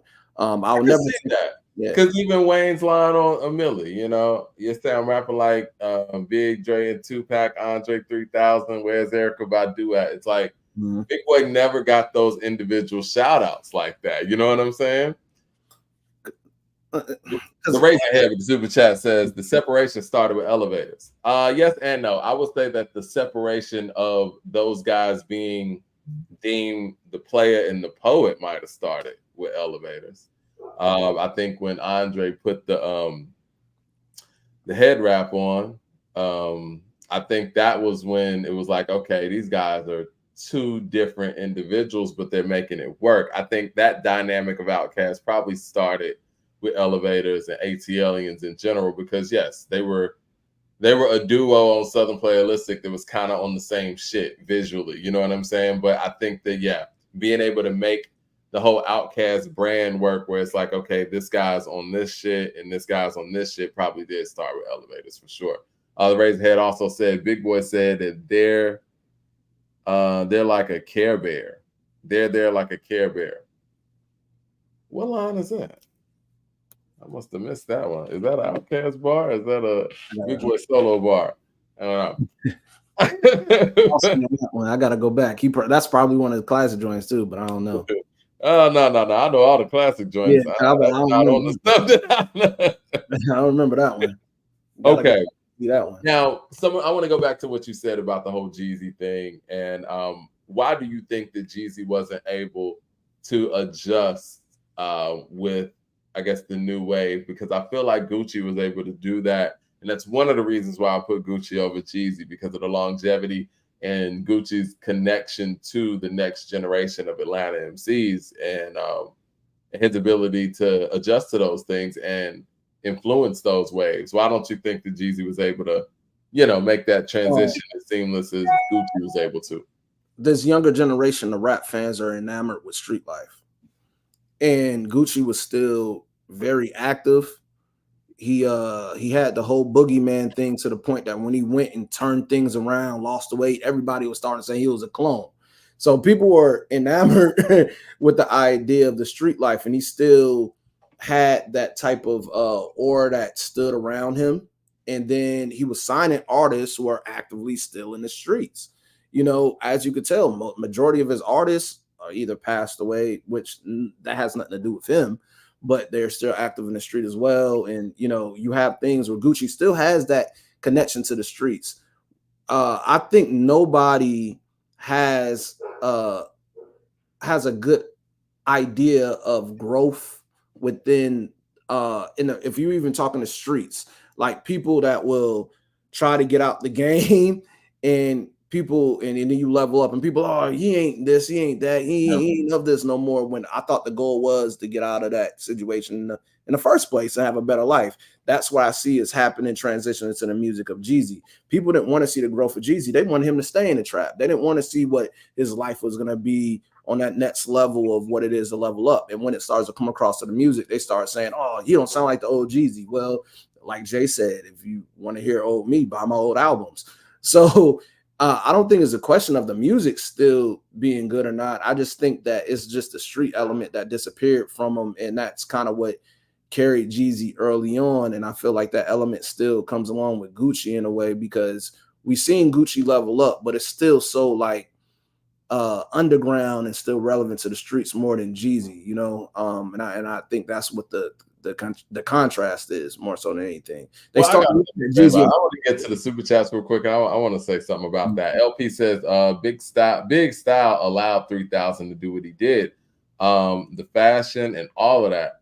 Big keeping it so authentic allowed 3000 to try different stuff. Would he if he was solo? No, I agree with that 100%, LP. I think the fact that, I remember when Andre was making these changes and wearing blonde wigs and ski boots and knee pads and all that, the reason why people were rocking with it was the fact that they knew that Big Boy was going to give us that level of foundation that we know from Outkast and not allow this thing to go too far. So, yeah, to LP's point, all of the things that Andre was able to try musically and fashion wise and image wise, stylistically, is because Big Boy was there to support that. And I think that's an incredible point, and Big Boy doesn't get enough credit for that. Mad Max with the super chat says Gucci was able to do that because Gucci influenced drill music in Chirac, which went to multi regions. Jeezy was whack and had a moment. That's it. Nobody's going back to his records. We still bump Lemonade. Mad Max also says Gucci just also put on more younger people. That's a Uh, great point, though, and that is facts. Gucci still reached out and grabbed those younger artists out the South, or younger artists out of Atlanta, and kept it going. You know, when you listen to a lot of these younger artists, they'll say that their influence was Gucci. You know, like even Lotto. You know, you'll hear people out of Atlanta that always say they're influenced by him, but Jeezy, you know, he tried. He what was it, Freddie Gibbs? Yeah, yeah, YG. Freddie Gibbs, man. That's a big fumble, bro. You gotta admit, man. He Yeah. had Freddie Gibbs. And then, you know, he also had the clique he ran with, and you still hear the gripes from, you know, Blood Raw and that situation and all that. So I guess it is important to have who comes from under you that also keep you kind of elevating as well. You know, every great kind of had a tree that stemmed from them, the other grapes that kept them great. You see it with Wayne, you get Nicki, and you get Drake. When you look at Jay, you got, you know, your Benny Siegels and all that, the extension, like whoever comes out of the extension of your tree kind of boosts your notoriety in a way. And that's another thing that is an indictment against Jeezy when you compare him to Gucci. But far more is when you want to say career, I would rather take Jeezy's career over Gucci's. I'm gonna be honest with you. Well, this is what I will say, and to bring up you guy Jay, you know, and we're gonna talk about Jay in a second too, because I have a theory of what's gonna happen at the end of the month when it comes to this whole Rockefeller imprint or whatnot. But I feel like you said, it's hard to transition out of what people bought into you for, and I think with Jeezy, he he reached people on such a level with Thug Motivation 101, Trap or Die, and all of those things. People want that feeling back and Yes. won't let him do anything outside of that. Now, I will compare to Jay-Z to a certain extent, but not as much because Reasonable Doubt's brilliant, but Reasonable Doubt wasn't as big as Thug Motivation 101 when it dropped. So it wasn't like Jay had to respond to the masses, you know, on that level and they wouldn't let him grow. But what Jay did have on his side, Jay is an incredible MC. And I think that that's when you have to really lean on your talents and your ability to rhyme and your ability to just adjust different things. This guy on Reasonable Doubt is now rhyming over Timbaland beats, doing Jigga What, Jigga Who, and doing, you know what I'm saying, doing Hard Knock Life over this Annie sample, doing, you know, Can I Get Her? Like this guy has the versatility and the skill set to be able to pull these things off seamlessly. Like, is this even the same MC anymore? And I think that that's where Jeezy didn't have, you know, and again, we're talking about super level MC with Jay, right? I think if Jeezy had that level of skill set, the transition might have been a little bit better. And I think people would have been like, you know what, you can't deny that. Like, you know what I'm saying? Like when Jay was out there making these records, you couldn't deny his spit game on, you know, Can I Get a and you know, Jigga What, Jigga Who, and those things. And I think with Jeezy, his whole formula was more so about you feeling where he's coming from, the power of what he's saying. And it's like now I can't say these things anymore. You know what I mean? Yeah, and you know, but I can't say Gucci got you know, I mean Jeezy got better with time though. I mean didn't get better with time. Because like I Yeah. said, I listened to the second album. He had a produced joint by Timbaland, 3 a.m. You Yep. know, when he's spitting over that. And then, you know, you had the Recession. I feel like the Recession is a great, like his greatest body of work. But you really start to look at his music and I'm like, did he really downgrade with the music, or was it that like the aura of what we loved Jeezy for in the beginning just wasn't there no more? You know, Exactly. because you know, what about the album he said, I done seen it all. You know, you're trying to tell me I done seen it all with the feature from Jay is not dope. Like, is that what you guys are gonna tell me? Oh, Jeezy fell off. Go back and listen to that song and tell me, do you think it's trash? So But it's what's like the sustainability of coming in the game in a way like that? You know what I mean? like uh like I said, it's a nostalgia that comes along with that early second run of Atlanta with those artists. Mhm. You know, we're never gonna get that back. We're never gonna get that early Ti feeling back. We're never gonna get that Jeezy feeling again. It's just that was such of an era that people love because it's But we coming. saw Ti elevate. I'm glad you mentioned Ti because 24's Ti. Let's get away. What else was Rubber Band Man that was on trap music. And then when he came with Bring 'Em Out, I'm still to this day not a big fan of Bring 'Em Out like that. But the nation, it was a national record. I But think it was he a smart had move. You Don't Know, not yeah, You Don't Know Me. Like that was the one for Atlanta. Yeah, I feel like him doing Bring 'Em Out kind of like it got him that New York play. You know, it was produced by Yeah. Sweet Beats to get him the New York play, and then you could start putting him in the conversation as a lyricist, really, not just a Southern rapper or a trap rapper. You have to start accrediting Ti of his lyrical ability, Yeah. and But I then think his skills kind of seeped in that, allowed him to be able to make a You Don't Know Me and still make a Bring 'Em Out at the same time.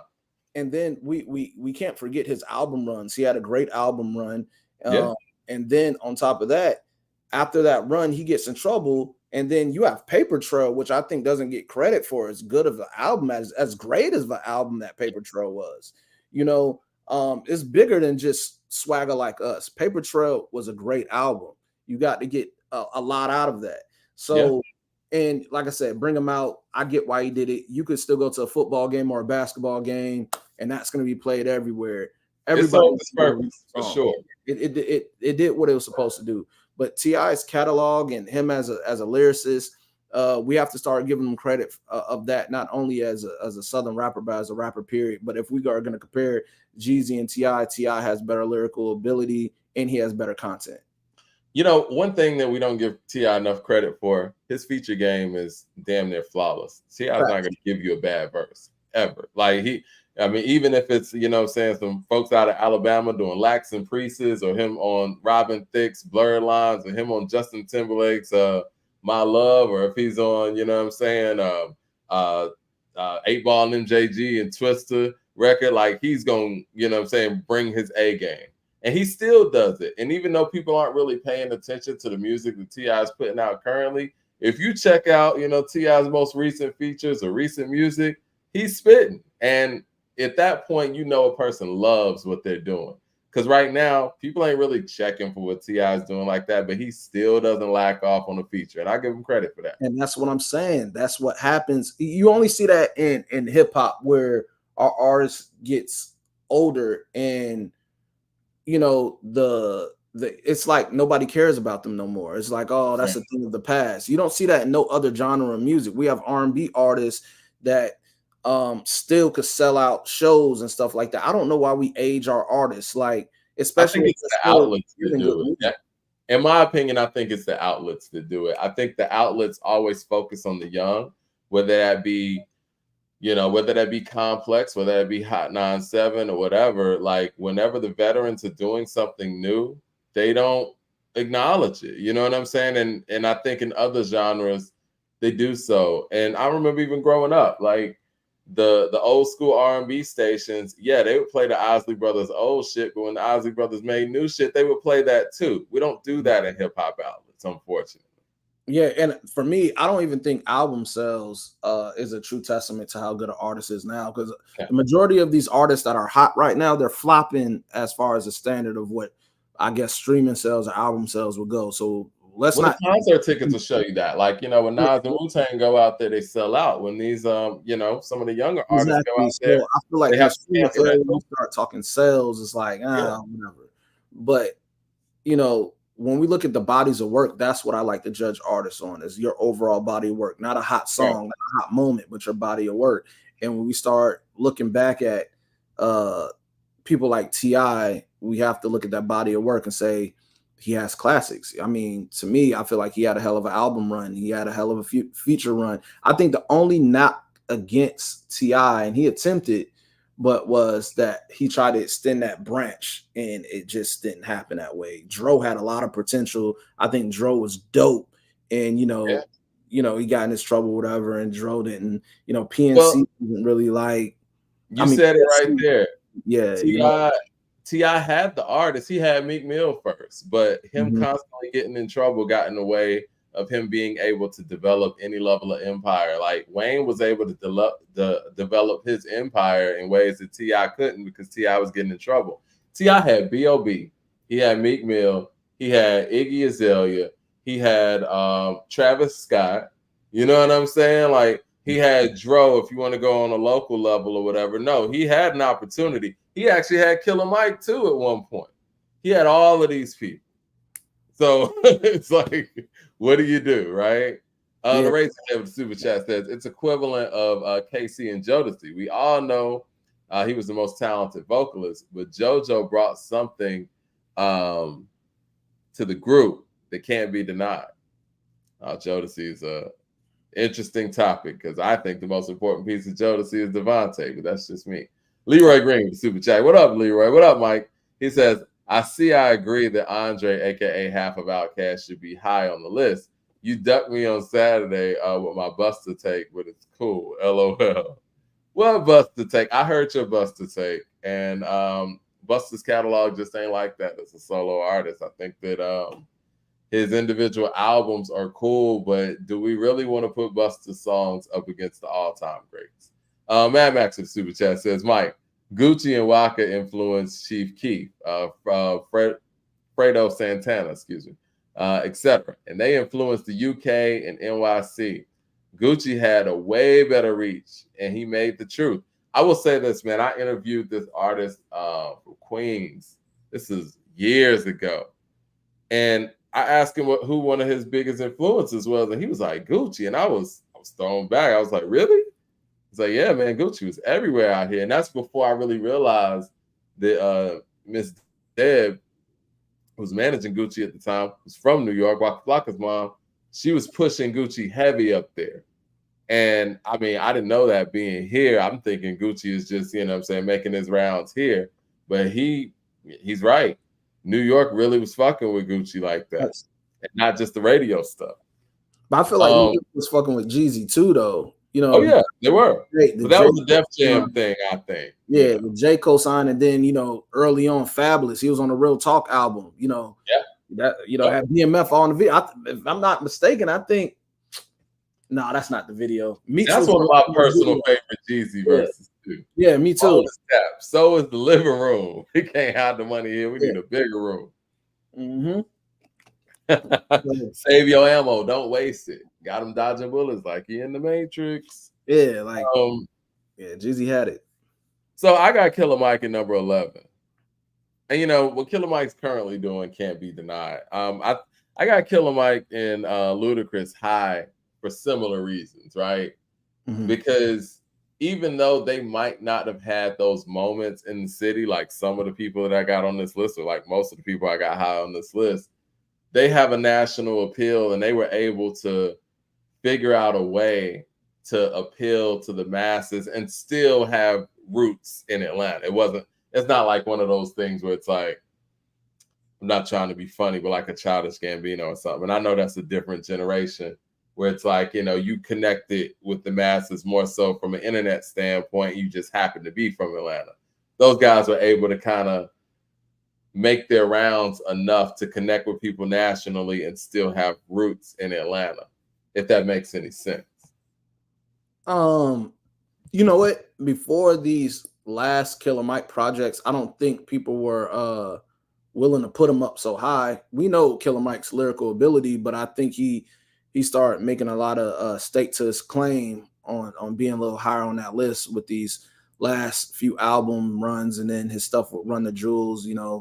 I think there's a good argument for him to be there, not only on the lyrical front, but him still kind of keeping that wave going for himself at his age with Atlanta hip hop. Yes. Okay, so then I went past the Troy.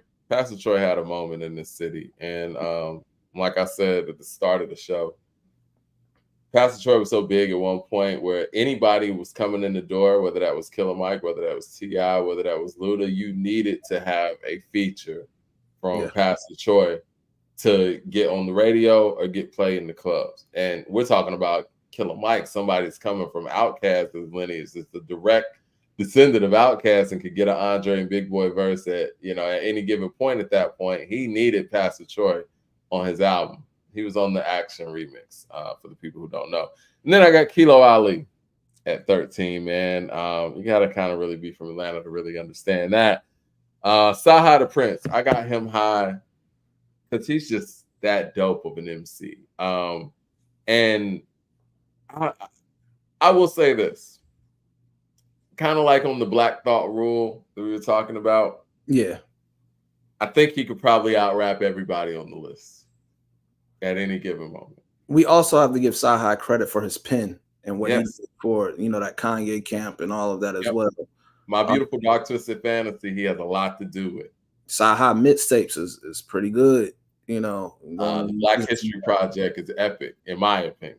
Yeah, we have to start.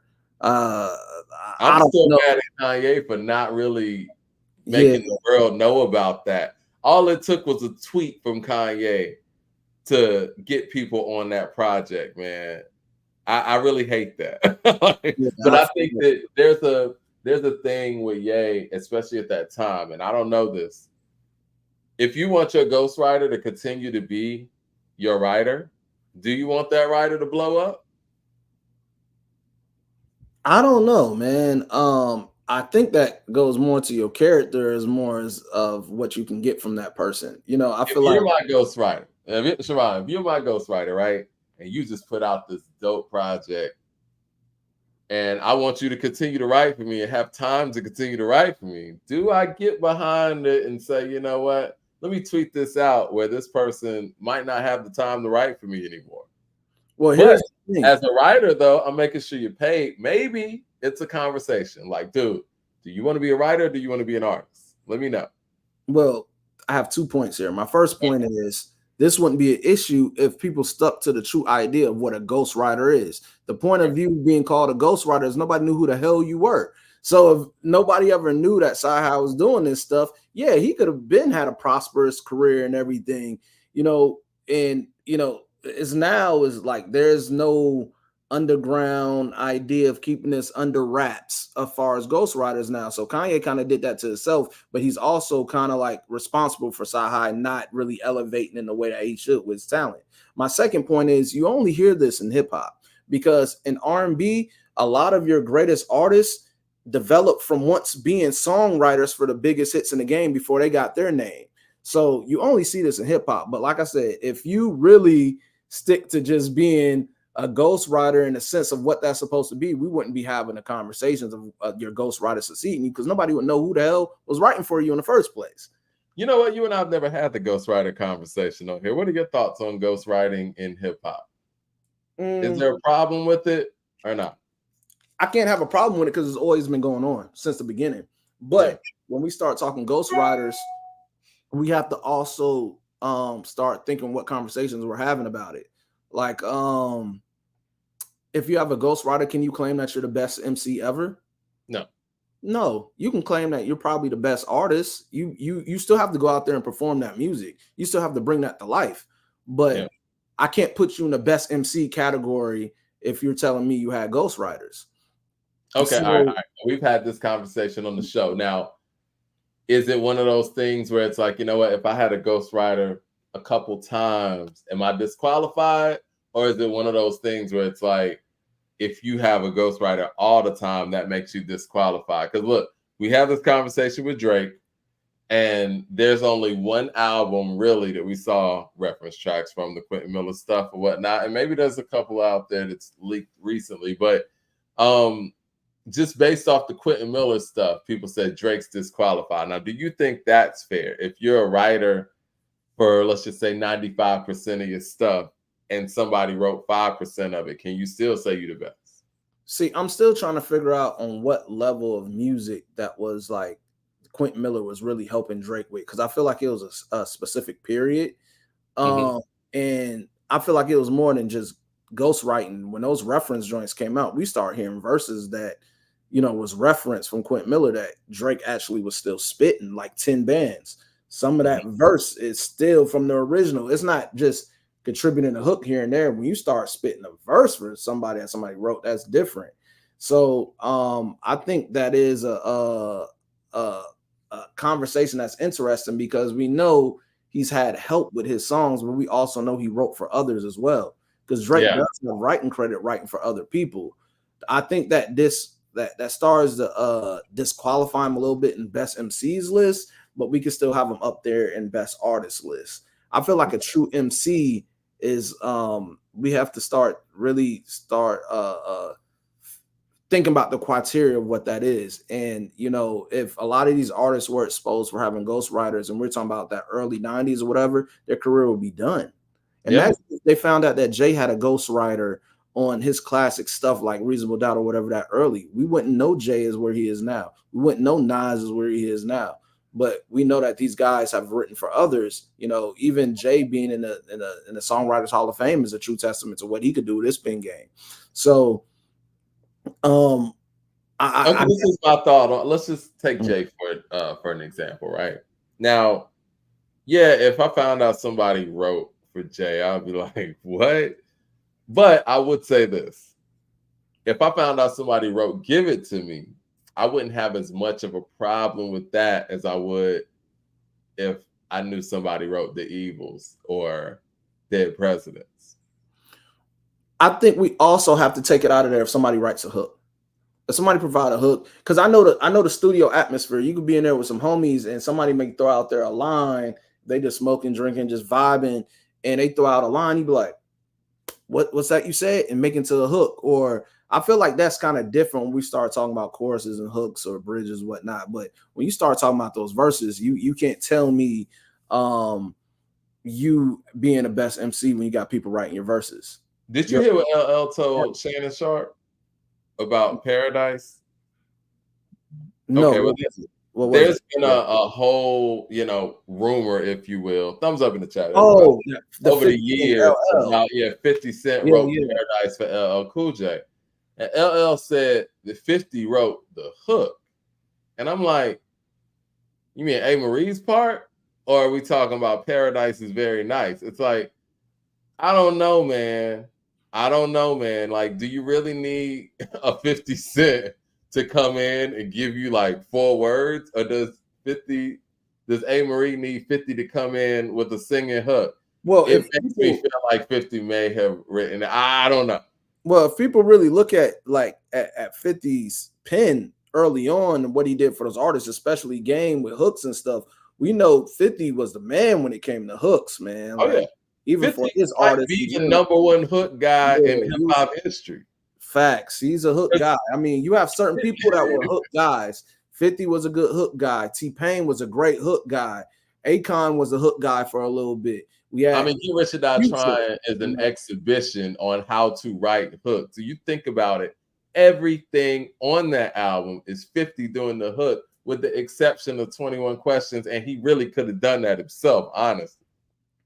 Yeah, so like I kind of feel like when you start talking about hooks and stuff like that, that's kind of different. I feel like when you're putting people's verses, because there's so much collaboration that goes into a hit record that people don't really even think about. That artist is not really in there locked in by themselves, making magic by themselves for this. There's influence. There's women in the studio. Sometimes it's their camp in the studio, their homeboys. Some people like to work alone, but there's so much that goes into formulating good records and catching vibes. And some artists need that. So there may be a line that's not even somebody in there literally pinning something or putting something in their phone for you to say. Sometimes it's just through conversation. Like when you listen to, I think it was a Manny Fresh interview he just did recently. He said like the bulk of their songs came from phrases that they used on their day. So when we start talking about hooks, man, that's when I feel like we can't really take away from an artist having a hook written for them versus a verse. I feel like that's a little bit different in my eyes. Somebody in the chat talking about Els, I Can't Fuck With Fonte. Go listen to Hiding Place off of Lil Brother's Minstrel Show. Come on, man. Anyway, man, you know what? Let's talk about Jay, man, because we're still on this list, and maybe I need to wrap up this list at some other point. But Mhm. before we move on, were there any other problems you had with the list? You mentioned the Lil Jon, the East Side Boys thing. Yeah, I feel like I said, when I see these lists, I always try to figure out what is the criteria. Hmm. And I feel like if you're going most influential or what they did for the state of hip hop for Atlanta, it's crazy to me that I'll see a Yin Yang Twins or I'll see a Pastor Troy and whatnot. And not taken away from Pastor Troy as a rapper, because to your point, you're saying well, Lil Jon and the East Side Boys wasn't really rappers, but their influence to the wave of Atlanta hip hop is bigger than that to me because I feel like they revived some careers for a second run.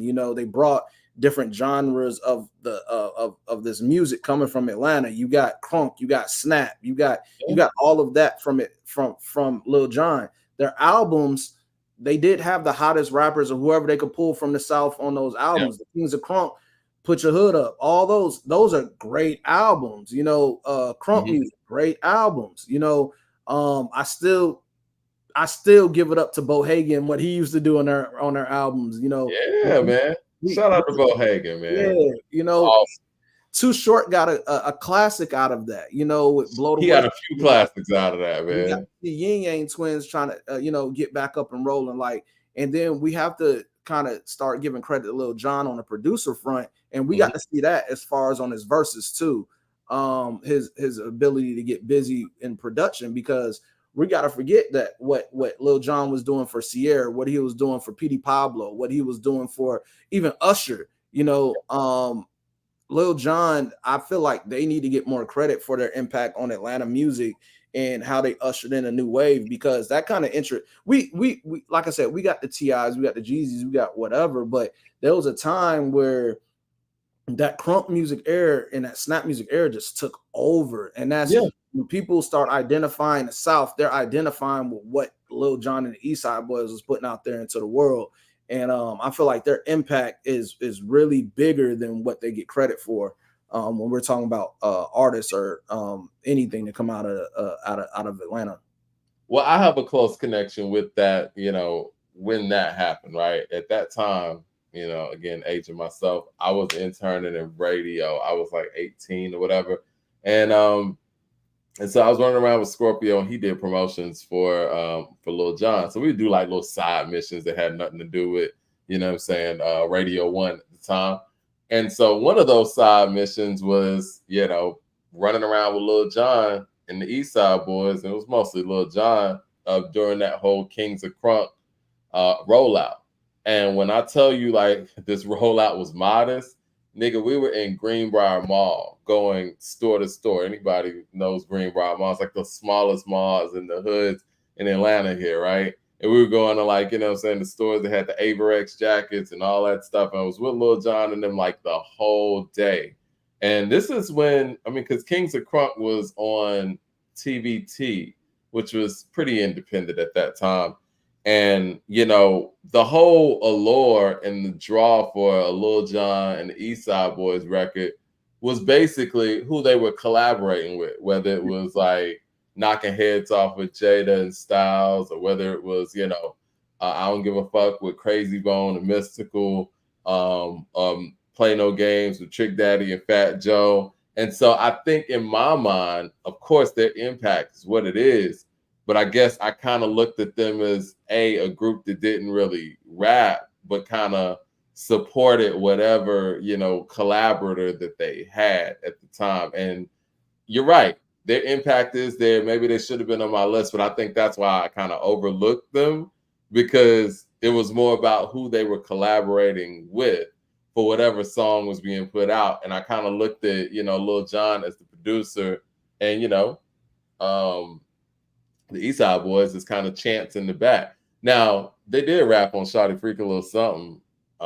They didn't really rap on Who You With or anything. Lil Jon, we're never gonna look at a verse from Lil Jon and we're looking to see if he gonna have bars, but it's like there's a little bit of a feeling that Lil Yeah. Jon gives the music with it, and the East Side Boys with their chants and stuff like that. Like they have, like I said, I look at what the impact is on what follows after that. Like if we didn't get Lil Jon introducing, crunk music, we don't get the Little Scrappies, we don't get the Crime Mob, we You're right. don't get extension from that and that whole BME tree. We don't get a classic verse from Ludacris on Bia Bia. We don't get that next run too short. We don't get that next run at E40. These are people that were popping under, that the whistle's important. Was, Yeah. Blow the Lovers whistle is important for sure. Usher, we got there's things that come from Lil Jon and Eastside Boys. You can go to, not starting from just little league football games, but all the way up to the pro football games. You're gonna hear Who You With. You're gonna hear, what I'm saying? Like we have frats and sororities and stuff that stroll to their music. There's an influence that not only Lil Jon had on Atlanta, the hip hop scene, but the era of the music. It started to become a thing where those New York artists kind of had to conform to what we were doing down here in the South due to that reign of Lil Jon and Eastside Boys. They damn near had to go kind of get them a crunk record or go get on those beats and to kind of extend their runs too. So what Lil Jon and Eastside Boys did for their influence of Southern music is way greater than us downplaying them as artists. I'm starting to look at the impact and the influence they had on the music landscape more so than anything. All right, well, I'm gonna move on from this list because we can talk about this forever. We're 2 hours in. I know Jay-Z's your GOAT, and I have a prediction about what's gonna happen at the end of this month, and hopefully Jay does this because I think this will be a very exciting moment. We got a lot of great, exciting moments coming up in hip hop. Dr. Dre and Snoop coming out with an album supposedly in November, but with the 1/3 of Dame Dash's Rockefeller shares up for auction, and Jay's, announcing that he's into the whole sports gambling thing. Looks like 40/40 is about to do a resurgence. And this weekend they had, celebrations that were around that. And we saw a lot of Rockefeller artists coming back into the fold. I seen Jay take a picture with DJ Clue. Seen Jay take a picture with Freeway. Lil Wayne's out here. We got Fat Joe out here. I know they're not Rockefeller artists, but you get what I'm saying. We're talking about the core again, right? And what I think is about to happen, kind of like how Snoop was able to, quote unquote, buy Death Row, get the Death Row merch back out there and all of that stuff.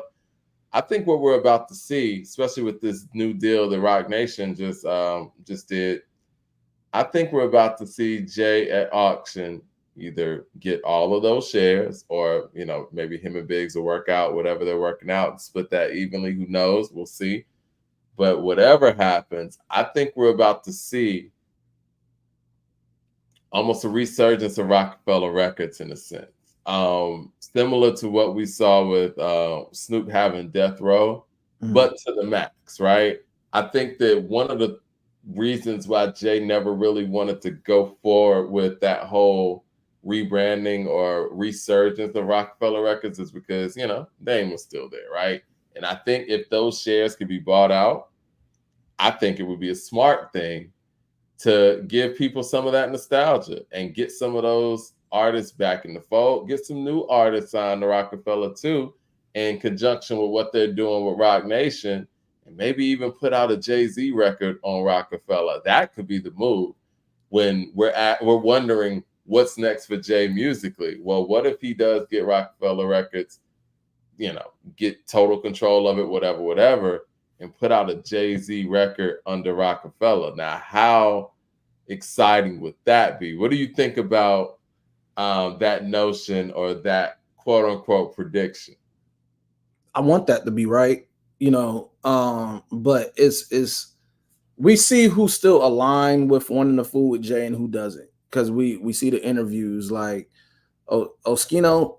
Yeah, I don't know if that's gonna happen for you, bro. Right. But the rest, we always see Freeway and him. We've heard, Beans speak to his side and his wrongs and where him and Jay went wrong. We seen, Loyal to the Soil, as far as Bleak, that's still involved. I feel like there's some. There could be a possibility of them all getting back together because they're still doing music together. I think there was just a record with PD Crack and all of them that just came out recently.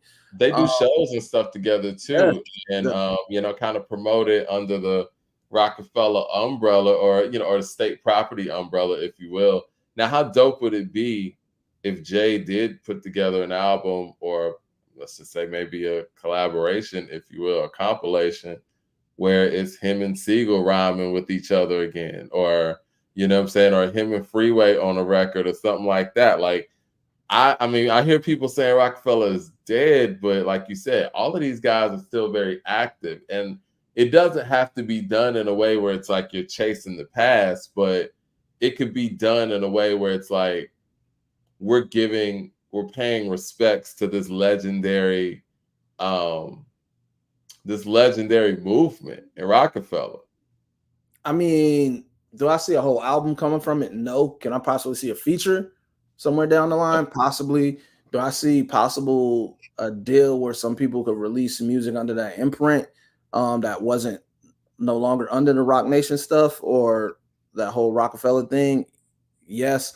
But I just feel like there's too many things that first of all, I always look at it is um are you guys what are you guys doing it for? You know, is it just to give the nostalgia and showing that, you know, rock diamonds are forever, you know, or are you doing this with the idea of you want to do numbers? Because honestly, only real Rockefeller fans or whatever wants that. From how I look at it, I think people kind of moved along from the whole rock era and now people are where they are. Jay um still gives out the chains, right? You know what I'm saying? And I do think that, you know, from a merch standpoint, going back to the whole Death Row thing, mm, you don't think they could sell Rockefeller merch? You don't think that to some degree, I don't want to say bring Rockaware back, but yeah, from a merch standpoint, I think that it would make sense to do something to, I don't want to say research the brand, but make the brand that much more relevant. I think they're going to do that, you know, because those chains still mean something. yeah, I think I feel like like I said, I don't know how it's gonna look like for albums, but do I see some Right. business things coming down the line? I mean, even Bleak's about to have a podcast. I don't know if it started yet, but like there's business things that I could see coming along with helping them out. I don't know how the music will sound on Bean's way, because you know, with his lungs and everything, I don't know how he will sound on record right now.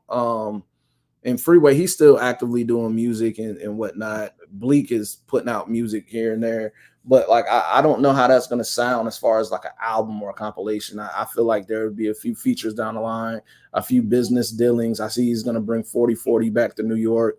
So I think he's gonna give a little bit of that old Rockefeller feel in a way, but I don't know how that's gonna look. And the thing about Jay, I always feel like he's always 2 or 3 steps ahead of people. So Of whatever we're course. thinking he's gonna do is like something that's totally left from that. So I just have to wait and see, you know, because even What with do you think musically is next for Jay? I mean, you're right. I think Jay's one of those guys that's like 2, 3 steps ahead of everybody.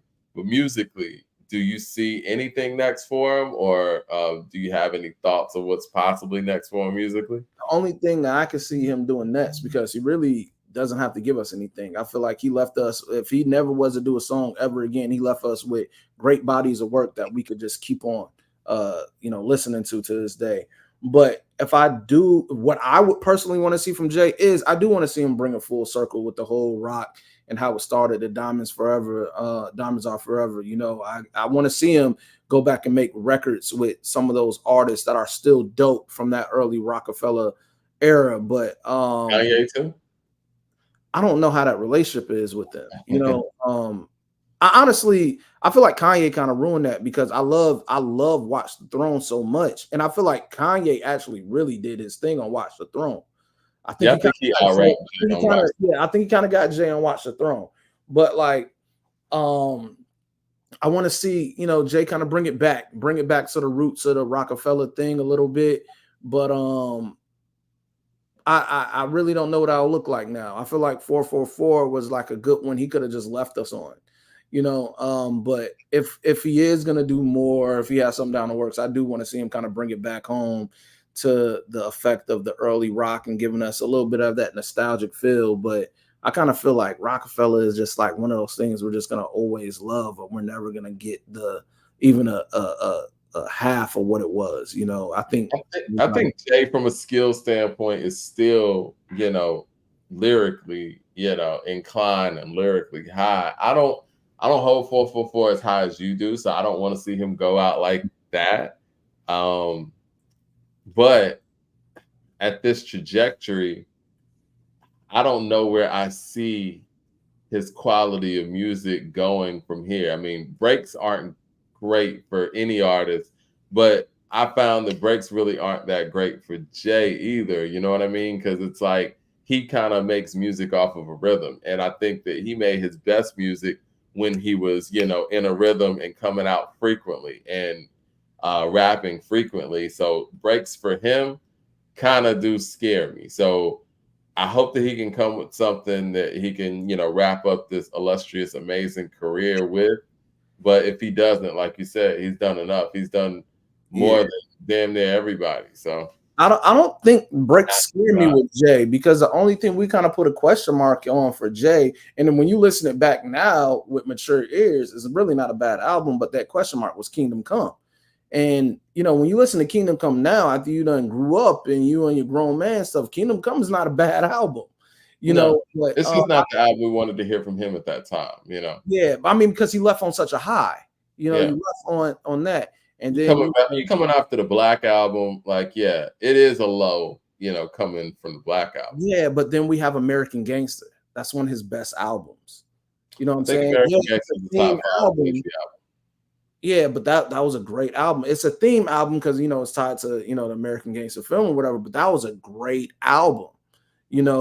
Blueprint 3 was like, I didn't like Blueprint 3 when it first dropped, but I go back and listen to Blueprint 3 now, and I love Blueprint 3. You had So Ambitious on there. Like you Well, had. where do you rank Kingdom Come? Because I think it's still at the bottom. It has some higher moments. I will say this: like Lost Ones is one of those songs that might not have loved when it first came out, but I can listen to Lost Ones. It's a dope record. Well, Where do you got Kingdom Come in his catalog? I don't put it even in my top 5, but I do think it's like an important, mature album from Jay, because people always like the sum Jay's up the Talking Money Cash Hoes, and I feel like he addressed that multiple times of the direction of his music. But I feel like Kingdom Come, you got Minority Report with Neo, you got the song with what was that, Chrisette Michelle on there. We got Lost One. we got Lost Ones. We have Dig a Hole on there when he's getting that Dipset. We got the joint with Usher on there. I hate that record. No, anything. That record's bad. Like, if we go up, Hollywood's bad. Yeah, if we go back and look up the track list, and you really start looking at those songs on Kingdom Come, it's like, oh man, this really wasn't a bad album, man. Like the song Kingdom Come is fire. I like Show Me What You Got. The song Kingdom Come is fire. I say Lost Ones is a good song. But after that, it's kind of, 30s and mid-20s okay. I wouldn't say it's his best album. I feel it's a mature J album. I feel like it's kind of hard to like held that as a great comeback when you went off on a high from the Black album, but it's not a bad album. And like I said, think Blueprint 2 is better. I would say the Volume 3 Blueprint 2 is better than that too. Yeah. I think that really the only album that I think that it's better than off the top of my head is Holy Grail. Holy Grail was great when you listen to it now. I wasn't really feeling Jay like with all those producers on one, but when I go back and listen to Holy Grail, I'm like, oh shit, Holy Grail was dope. Just like I moved on from from the Blueprint 3 a little bit. But when I go in there, I was like, Blueprint 3 has some joints on there. Yeah, I will give you that. The Blueprint 3 has some joints on there. I think he had identity issues on the Blueprint 3. I think that Kanye is very influential on the Blueprint 3 stylistically. It sounds like Jay's kind of trying to find his style and where it fits into this new era of hip hop. And he didn't sound like, lyrically he sounded like Jay, but just flow wise and approach wise, I felt like on the Blueprint 3 he was trying to attach to what was going on at the time, and he got some hits out of it. I will say that. Blueprint 3 has some joints on there when you go back. There's some songs on it. I think the Blueprint 3 is better than Holy Grail, Kingdom Come, 444. Because let me think. Yeah, I'm looking back at this, man. He had That's 3 hits off this. He had 3 yeah. hits off Blueprint 3. You had Defa Auto Tune, Run This Town, Empire State of Mind. You Yeah, know, on to you the got next one was on there. I always love what we talking about. I always love that. You got the joint with Jeezy, Real as It Gets. I like Thank Um, You. on to the next one. Yeah. Off that with Drake, I really did not like off that. I did not like that record, but that's we have A Star Is Born with J. Cole. That's what we get that first J. Cole verse. We got Venus versus Mars. Already Home is a dope Already record. Home is one of my favorites off that album. Yeah. I I didn't like I Hater. I didn't like Reminder didn't at like all. Reminder either. But So Ambitious, that's one of my favorite J records. So, like I'm saying, like when we look at that Blueprint 3 track list, it's not bad. It's not It's bad. one of those volume 3-ish type of Yeah, things. it's not Like, bad. But when we start looking at these albums, like when you said him disappearing or whatnot, I'm like, hold on, because he kind of gave us some stuff. Because like I said, American Gangster was great. He had a lot of joints on that, and it was well produced. Before we get out of here, because I know we running on time. Lotto said that Kim is the GOAT, and some women in Lotto's generation felt like, "Yo, you tripping? Nicki's the GOAT." Now, I wanted to have a conversation with you. What's your generation's thought process on Nicki being the GOAT, or is it still Kim, or how do y'all think about these things? I feel like that's such a stupid argument because you don't get one influence without the other. But some people in a certain generation,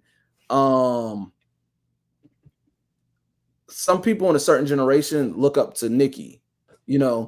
My era, we got to see Kim. We were little, we were young. We probably shouldn't have been listening to Kim. But when we got older, we got to still see what Kim get to do on records like with the album that she had with Lighters Up on it. That was a great album. Naked Truth. Yep. Yeah, Naked Truth was a great album. So when I feel like that's a generational thing, but like, how are you gonna say one is like I said, it's two different eras, but we know Nicki was influenced by Kim. So I don't think that's a slight to Kim when somebody said, a slight to Nicki when somebody says, "Oh, well, Kim is my influence," because that was Nicki's influence as well. So it's like a dumb argument, but I think it's a generational thing. I feel like people that gave a damn about female rap at a certain time will associate with Nicki more than Kim. Hell, there's people from around my way that likes to deem Kaya or Trina as their favorites. You applaud them for sure. Exactly. So I really think, and we got to see a little bit of their babies come from that too. Now, so we can't ignore that. But like when we start talking about Foxy, not Foxy. I'm looking at when we start talking about Kim and Nicki, we got to start kind of like it's just a dumb argument. We know what the influence come from, but me, for my era, I'll say Kim is what done it for me. And I also I'm not gonna say it nice when I say this. I love Nicki and everything she did for the generation and holding it down for female rap when there was no female rappers. On the mainstream level, yeah. Yes, I give it to her. And we know she can get busy. Her verse on Monster is great. I've seen her rap toe to toe with Wayne, with Drake, with Eminem. I know she can get busy. Her early mixtapes. Jay. But I feel like we credit Nicki as being as high as a rapper, and it has nothing to do with hip hop. She's a great pop star. The bulk of her music is not great hip hop records; it's great pop records. And I feel like if you compare the two, I feel like Kim has more rap records that are a little bit doper to when you start to break down Nicki's rap records, because we know the bulk of her success is from the occasional hip hop listeners. They're pop records. If you look at Billboard and you look at the shit that she did numbers wise, it's majority pop records, not her hip hop records. And I feel like, yes, we have to give it to her as far as what she did for female rap and pushing the envelope and as an artist, as a female artist. But when we really start digging into her music, a lot of her success is to pop records more than her hip hop records. DJ Bruce Almighty with the super chat says, Mike, this man is preaching. LOL. Hashtag Leroy is proud. Talking about your J takes.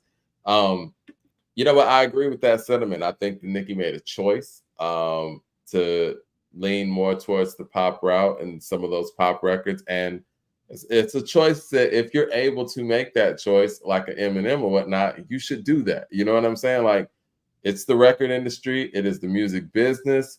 Why would you limit yourself to, not being able to sell the most units? You're in the business of selling music. So if you have the ability to sell more music, most people are going to make that choice, right? But see, the catch 22 with that is when it comes to these lists and we start talking about these rap lists, we're talking about hip hop records, you're not going to be thought of in the same vein as somebody who didn't make that choice.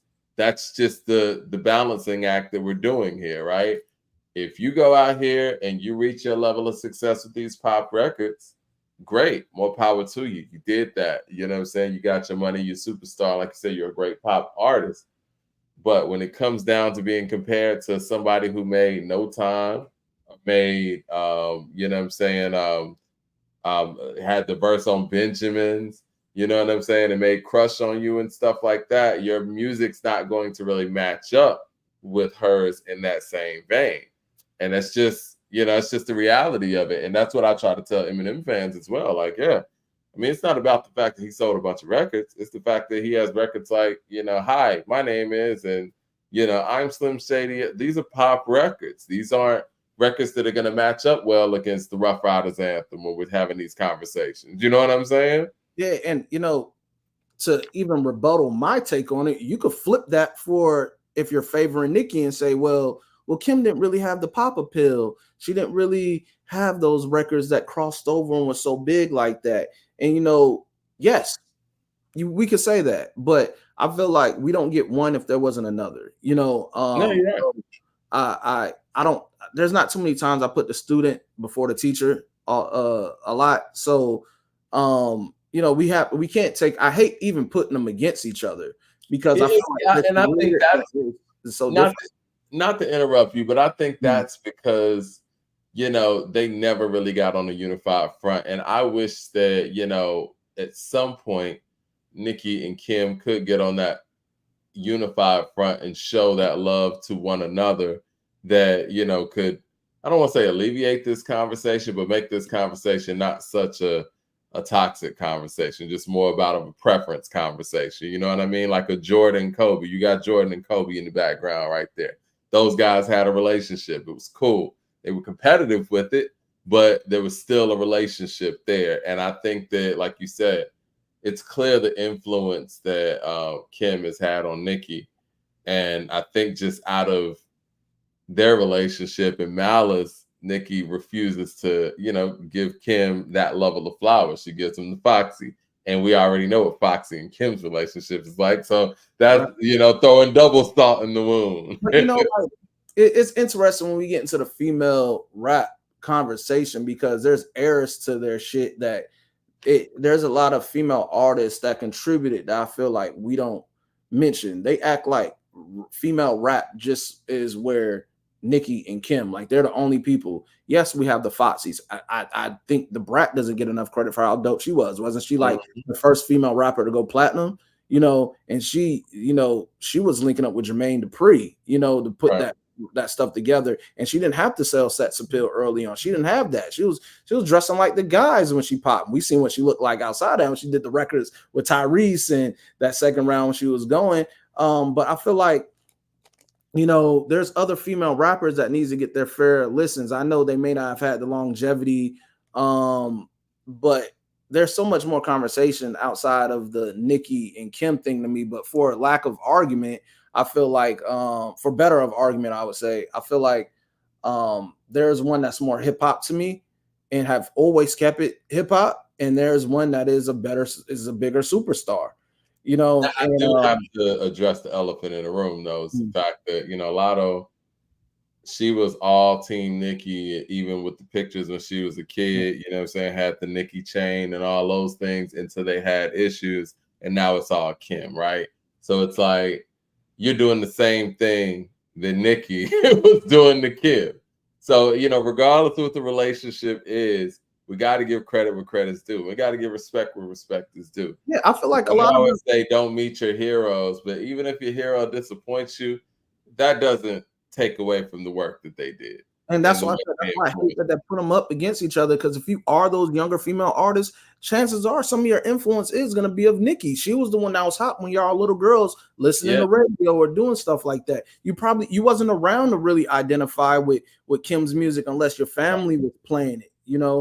Unless you go back and you listen to her old stuff. But there's a competition that they try to put up. You're gonna get that, and I know it's a gripe from female artists as well, is that they're trying to put them up against each other.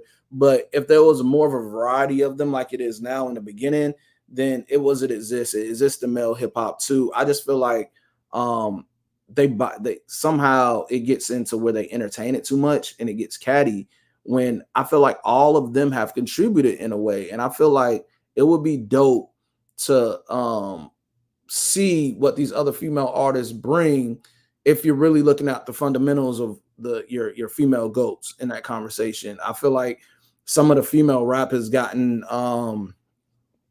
less creative over time and is gotten more sexualized, when it's always exist in a way, because we can't say what Kim was saying is no different from this stuff now. It's still raunchy, well, but yeah, I do think that the Kim is the blueprint for the lane that somebody like a yeah, Lotto, you know what I'm saying, operates in.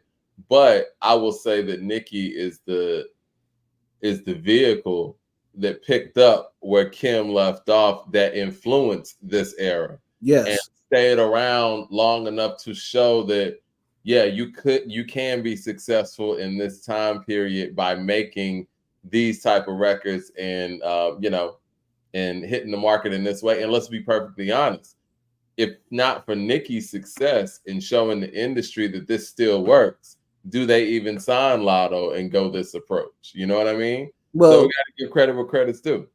yeah, you have to. But I'll say there's some extensions, and she may not have the illustrious career as a Nicki and a Kim, but I feel like you get a lot of these other female rappers, they have a lot of influence from Trina as well. Like the City Girls, and you know, you Mhm. know, there's a little bit of a sex appeal that she gave to the game, even though she don't have the hits that are as big as a Nicki and Kim. I feel like she has an influence as well. I feel Trina's very influential for Yeah, I sure. feel like when it comes to the lyrical standpoint, I feel like there's something of Eve that kind of we see every once in a while. But like I feel like, yeah, the bulk of these young lady rappers, the influence is definitely Nicki. And because they weren't really around to really say, oh, Kim is my influence. Unless they're going back and visiting that music or heard it in their household. Let's keep it a stack. Yeah, Anybody that try to say Nicki is not an influence to them, I feel like would be lying. You yeah, know, what female rapper wouldn't want a Nicki feature? You know, exactly. I mean, we just got to keep it real. We got to keep it real. She's one of the biggest artists of her era, of her generation, numerically, and if you want to talk about influence and impact, I mean, that's just what it is. yeah, But yeah, fact. man, I'm gonna let you go, man. You want to lead the people with something before we get up out of here? Hey man, I appreciate y'all viewing in. I appreciate y'all showing love.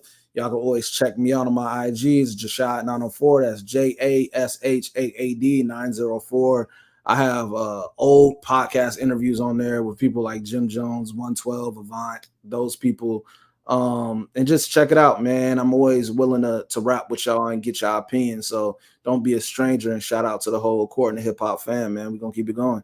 Yes, sir. We're gonna keep that going, man. Hit like and subscribe. You know what I'm saying? And yeah, tune in to the next show. I gotta, man, this list. Let me know what y'all feel about this list in the comment section, and I'll respond to them because I want to do a whole segment where I'm actually responding to what people are saying in the comments. And let me know what y'all think about the list. Did I trip out by actually putting the groups in there? Do y'all understand where I was coming from with that? But again, we're gonna holler at y'all again, man. Appreciate y'all tuning in. Salute to you. And I'm gonna holler at you in a second, Siobhan. He out of here? He out of here? All right. Yeah. All Oh, right. okay. Yeah, you here. I didn't see you on the screen. All right, brother. Man, I appreciate you again, man. Yep. Yes, sir.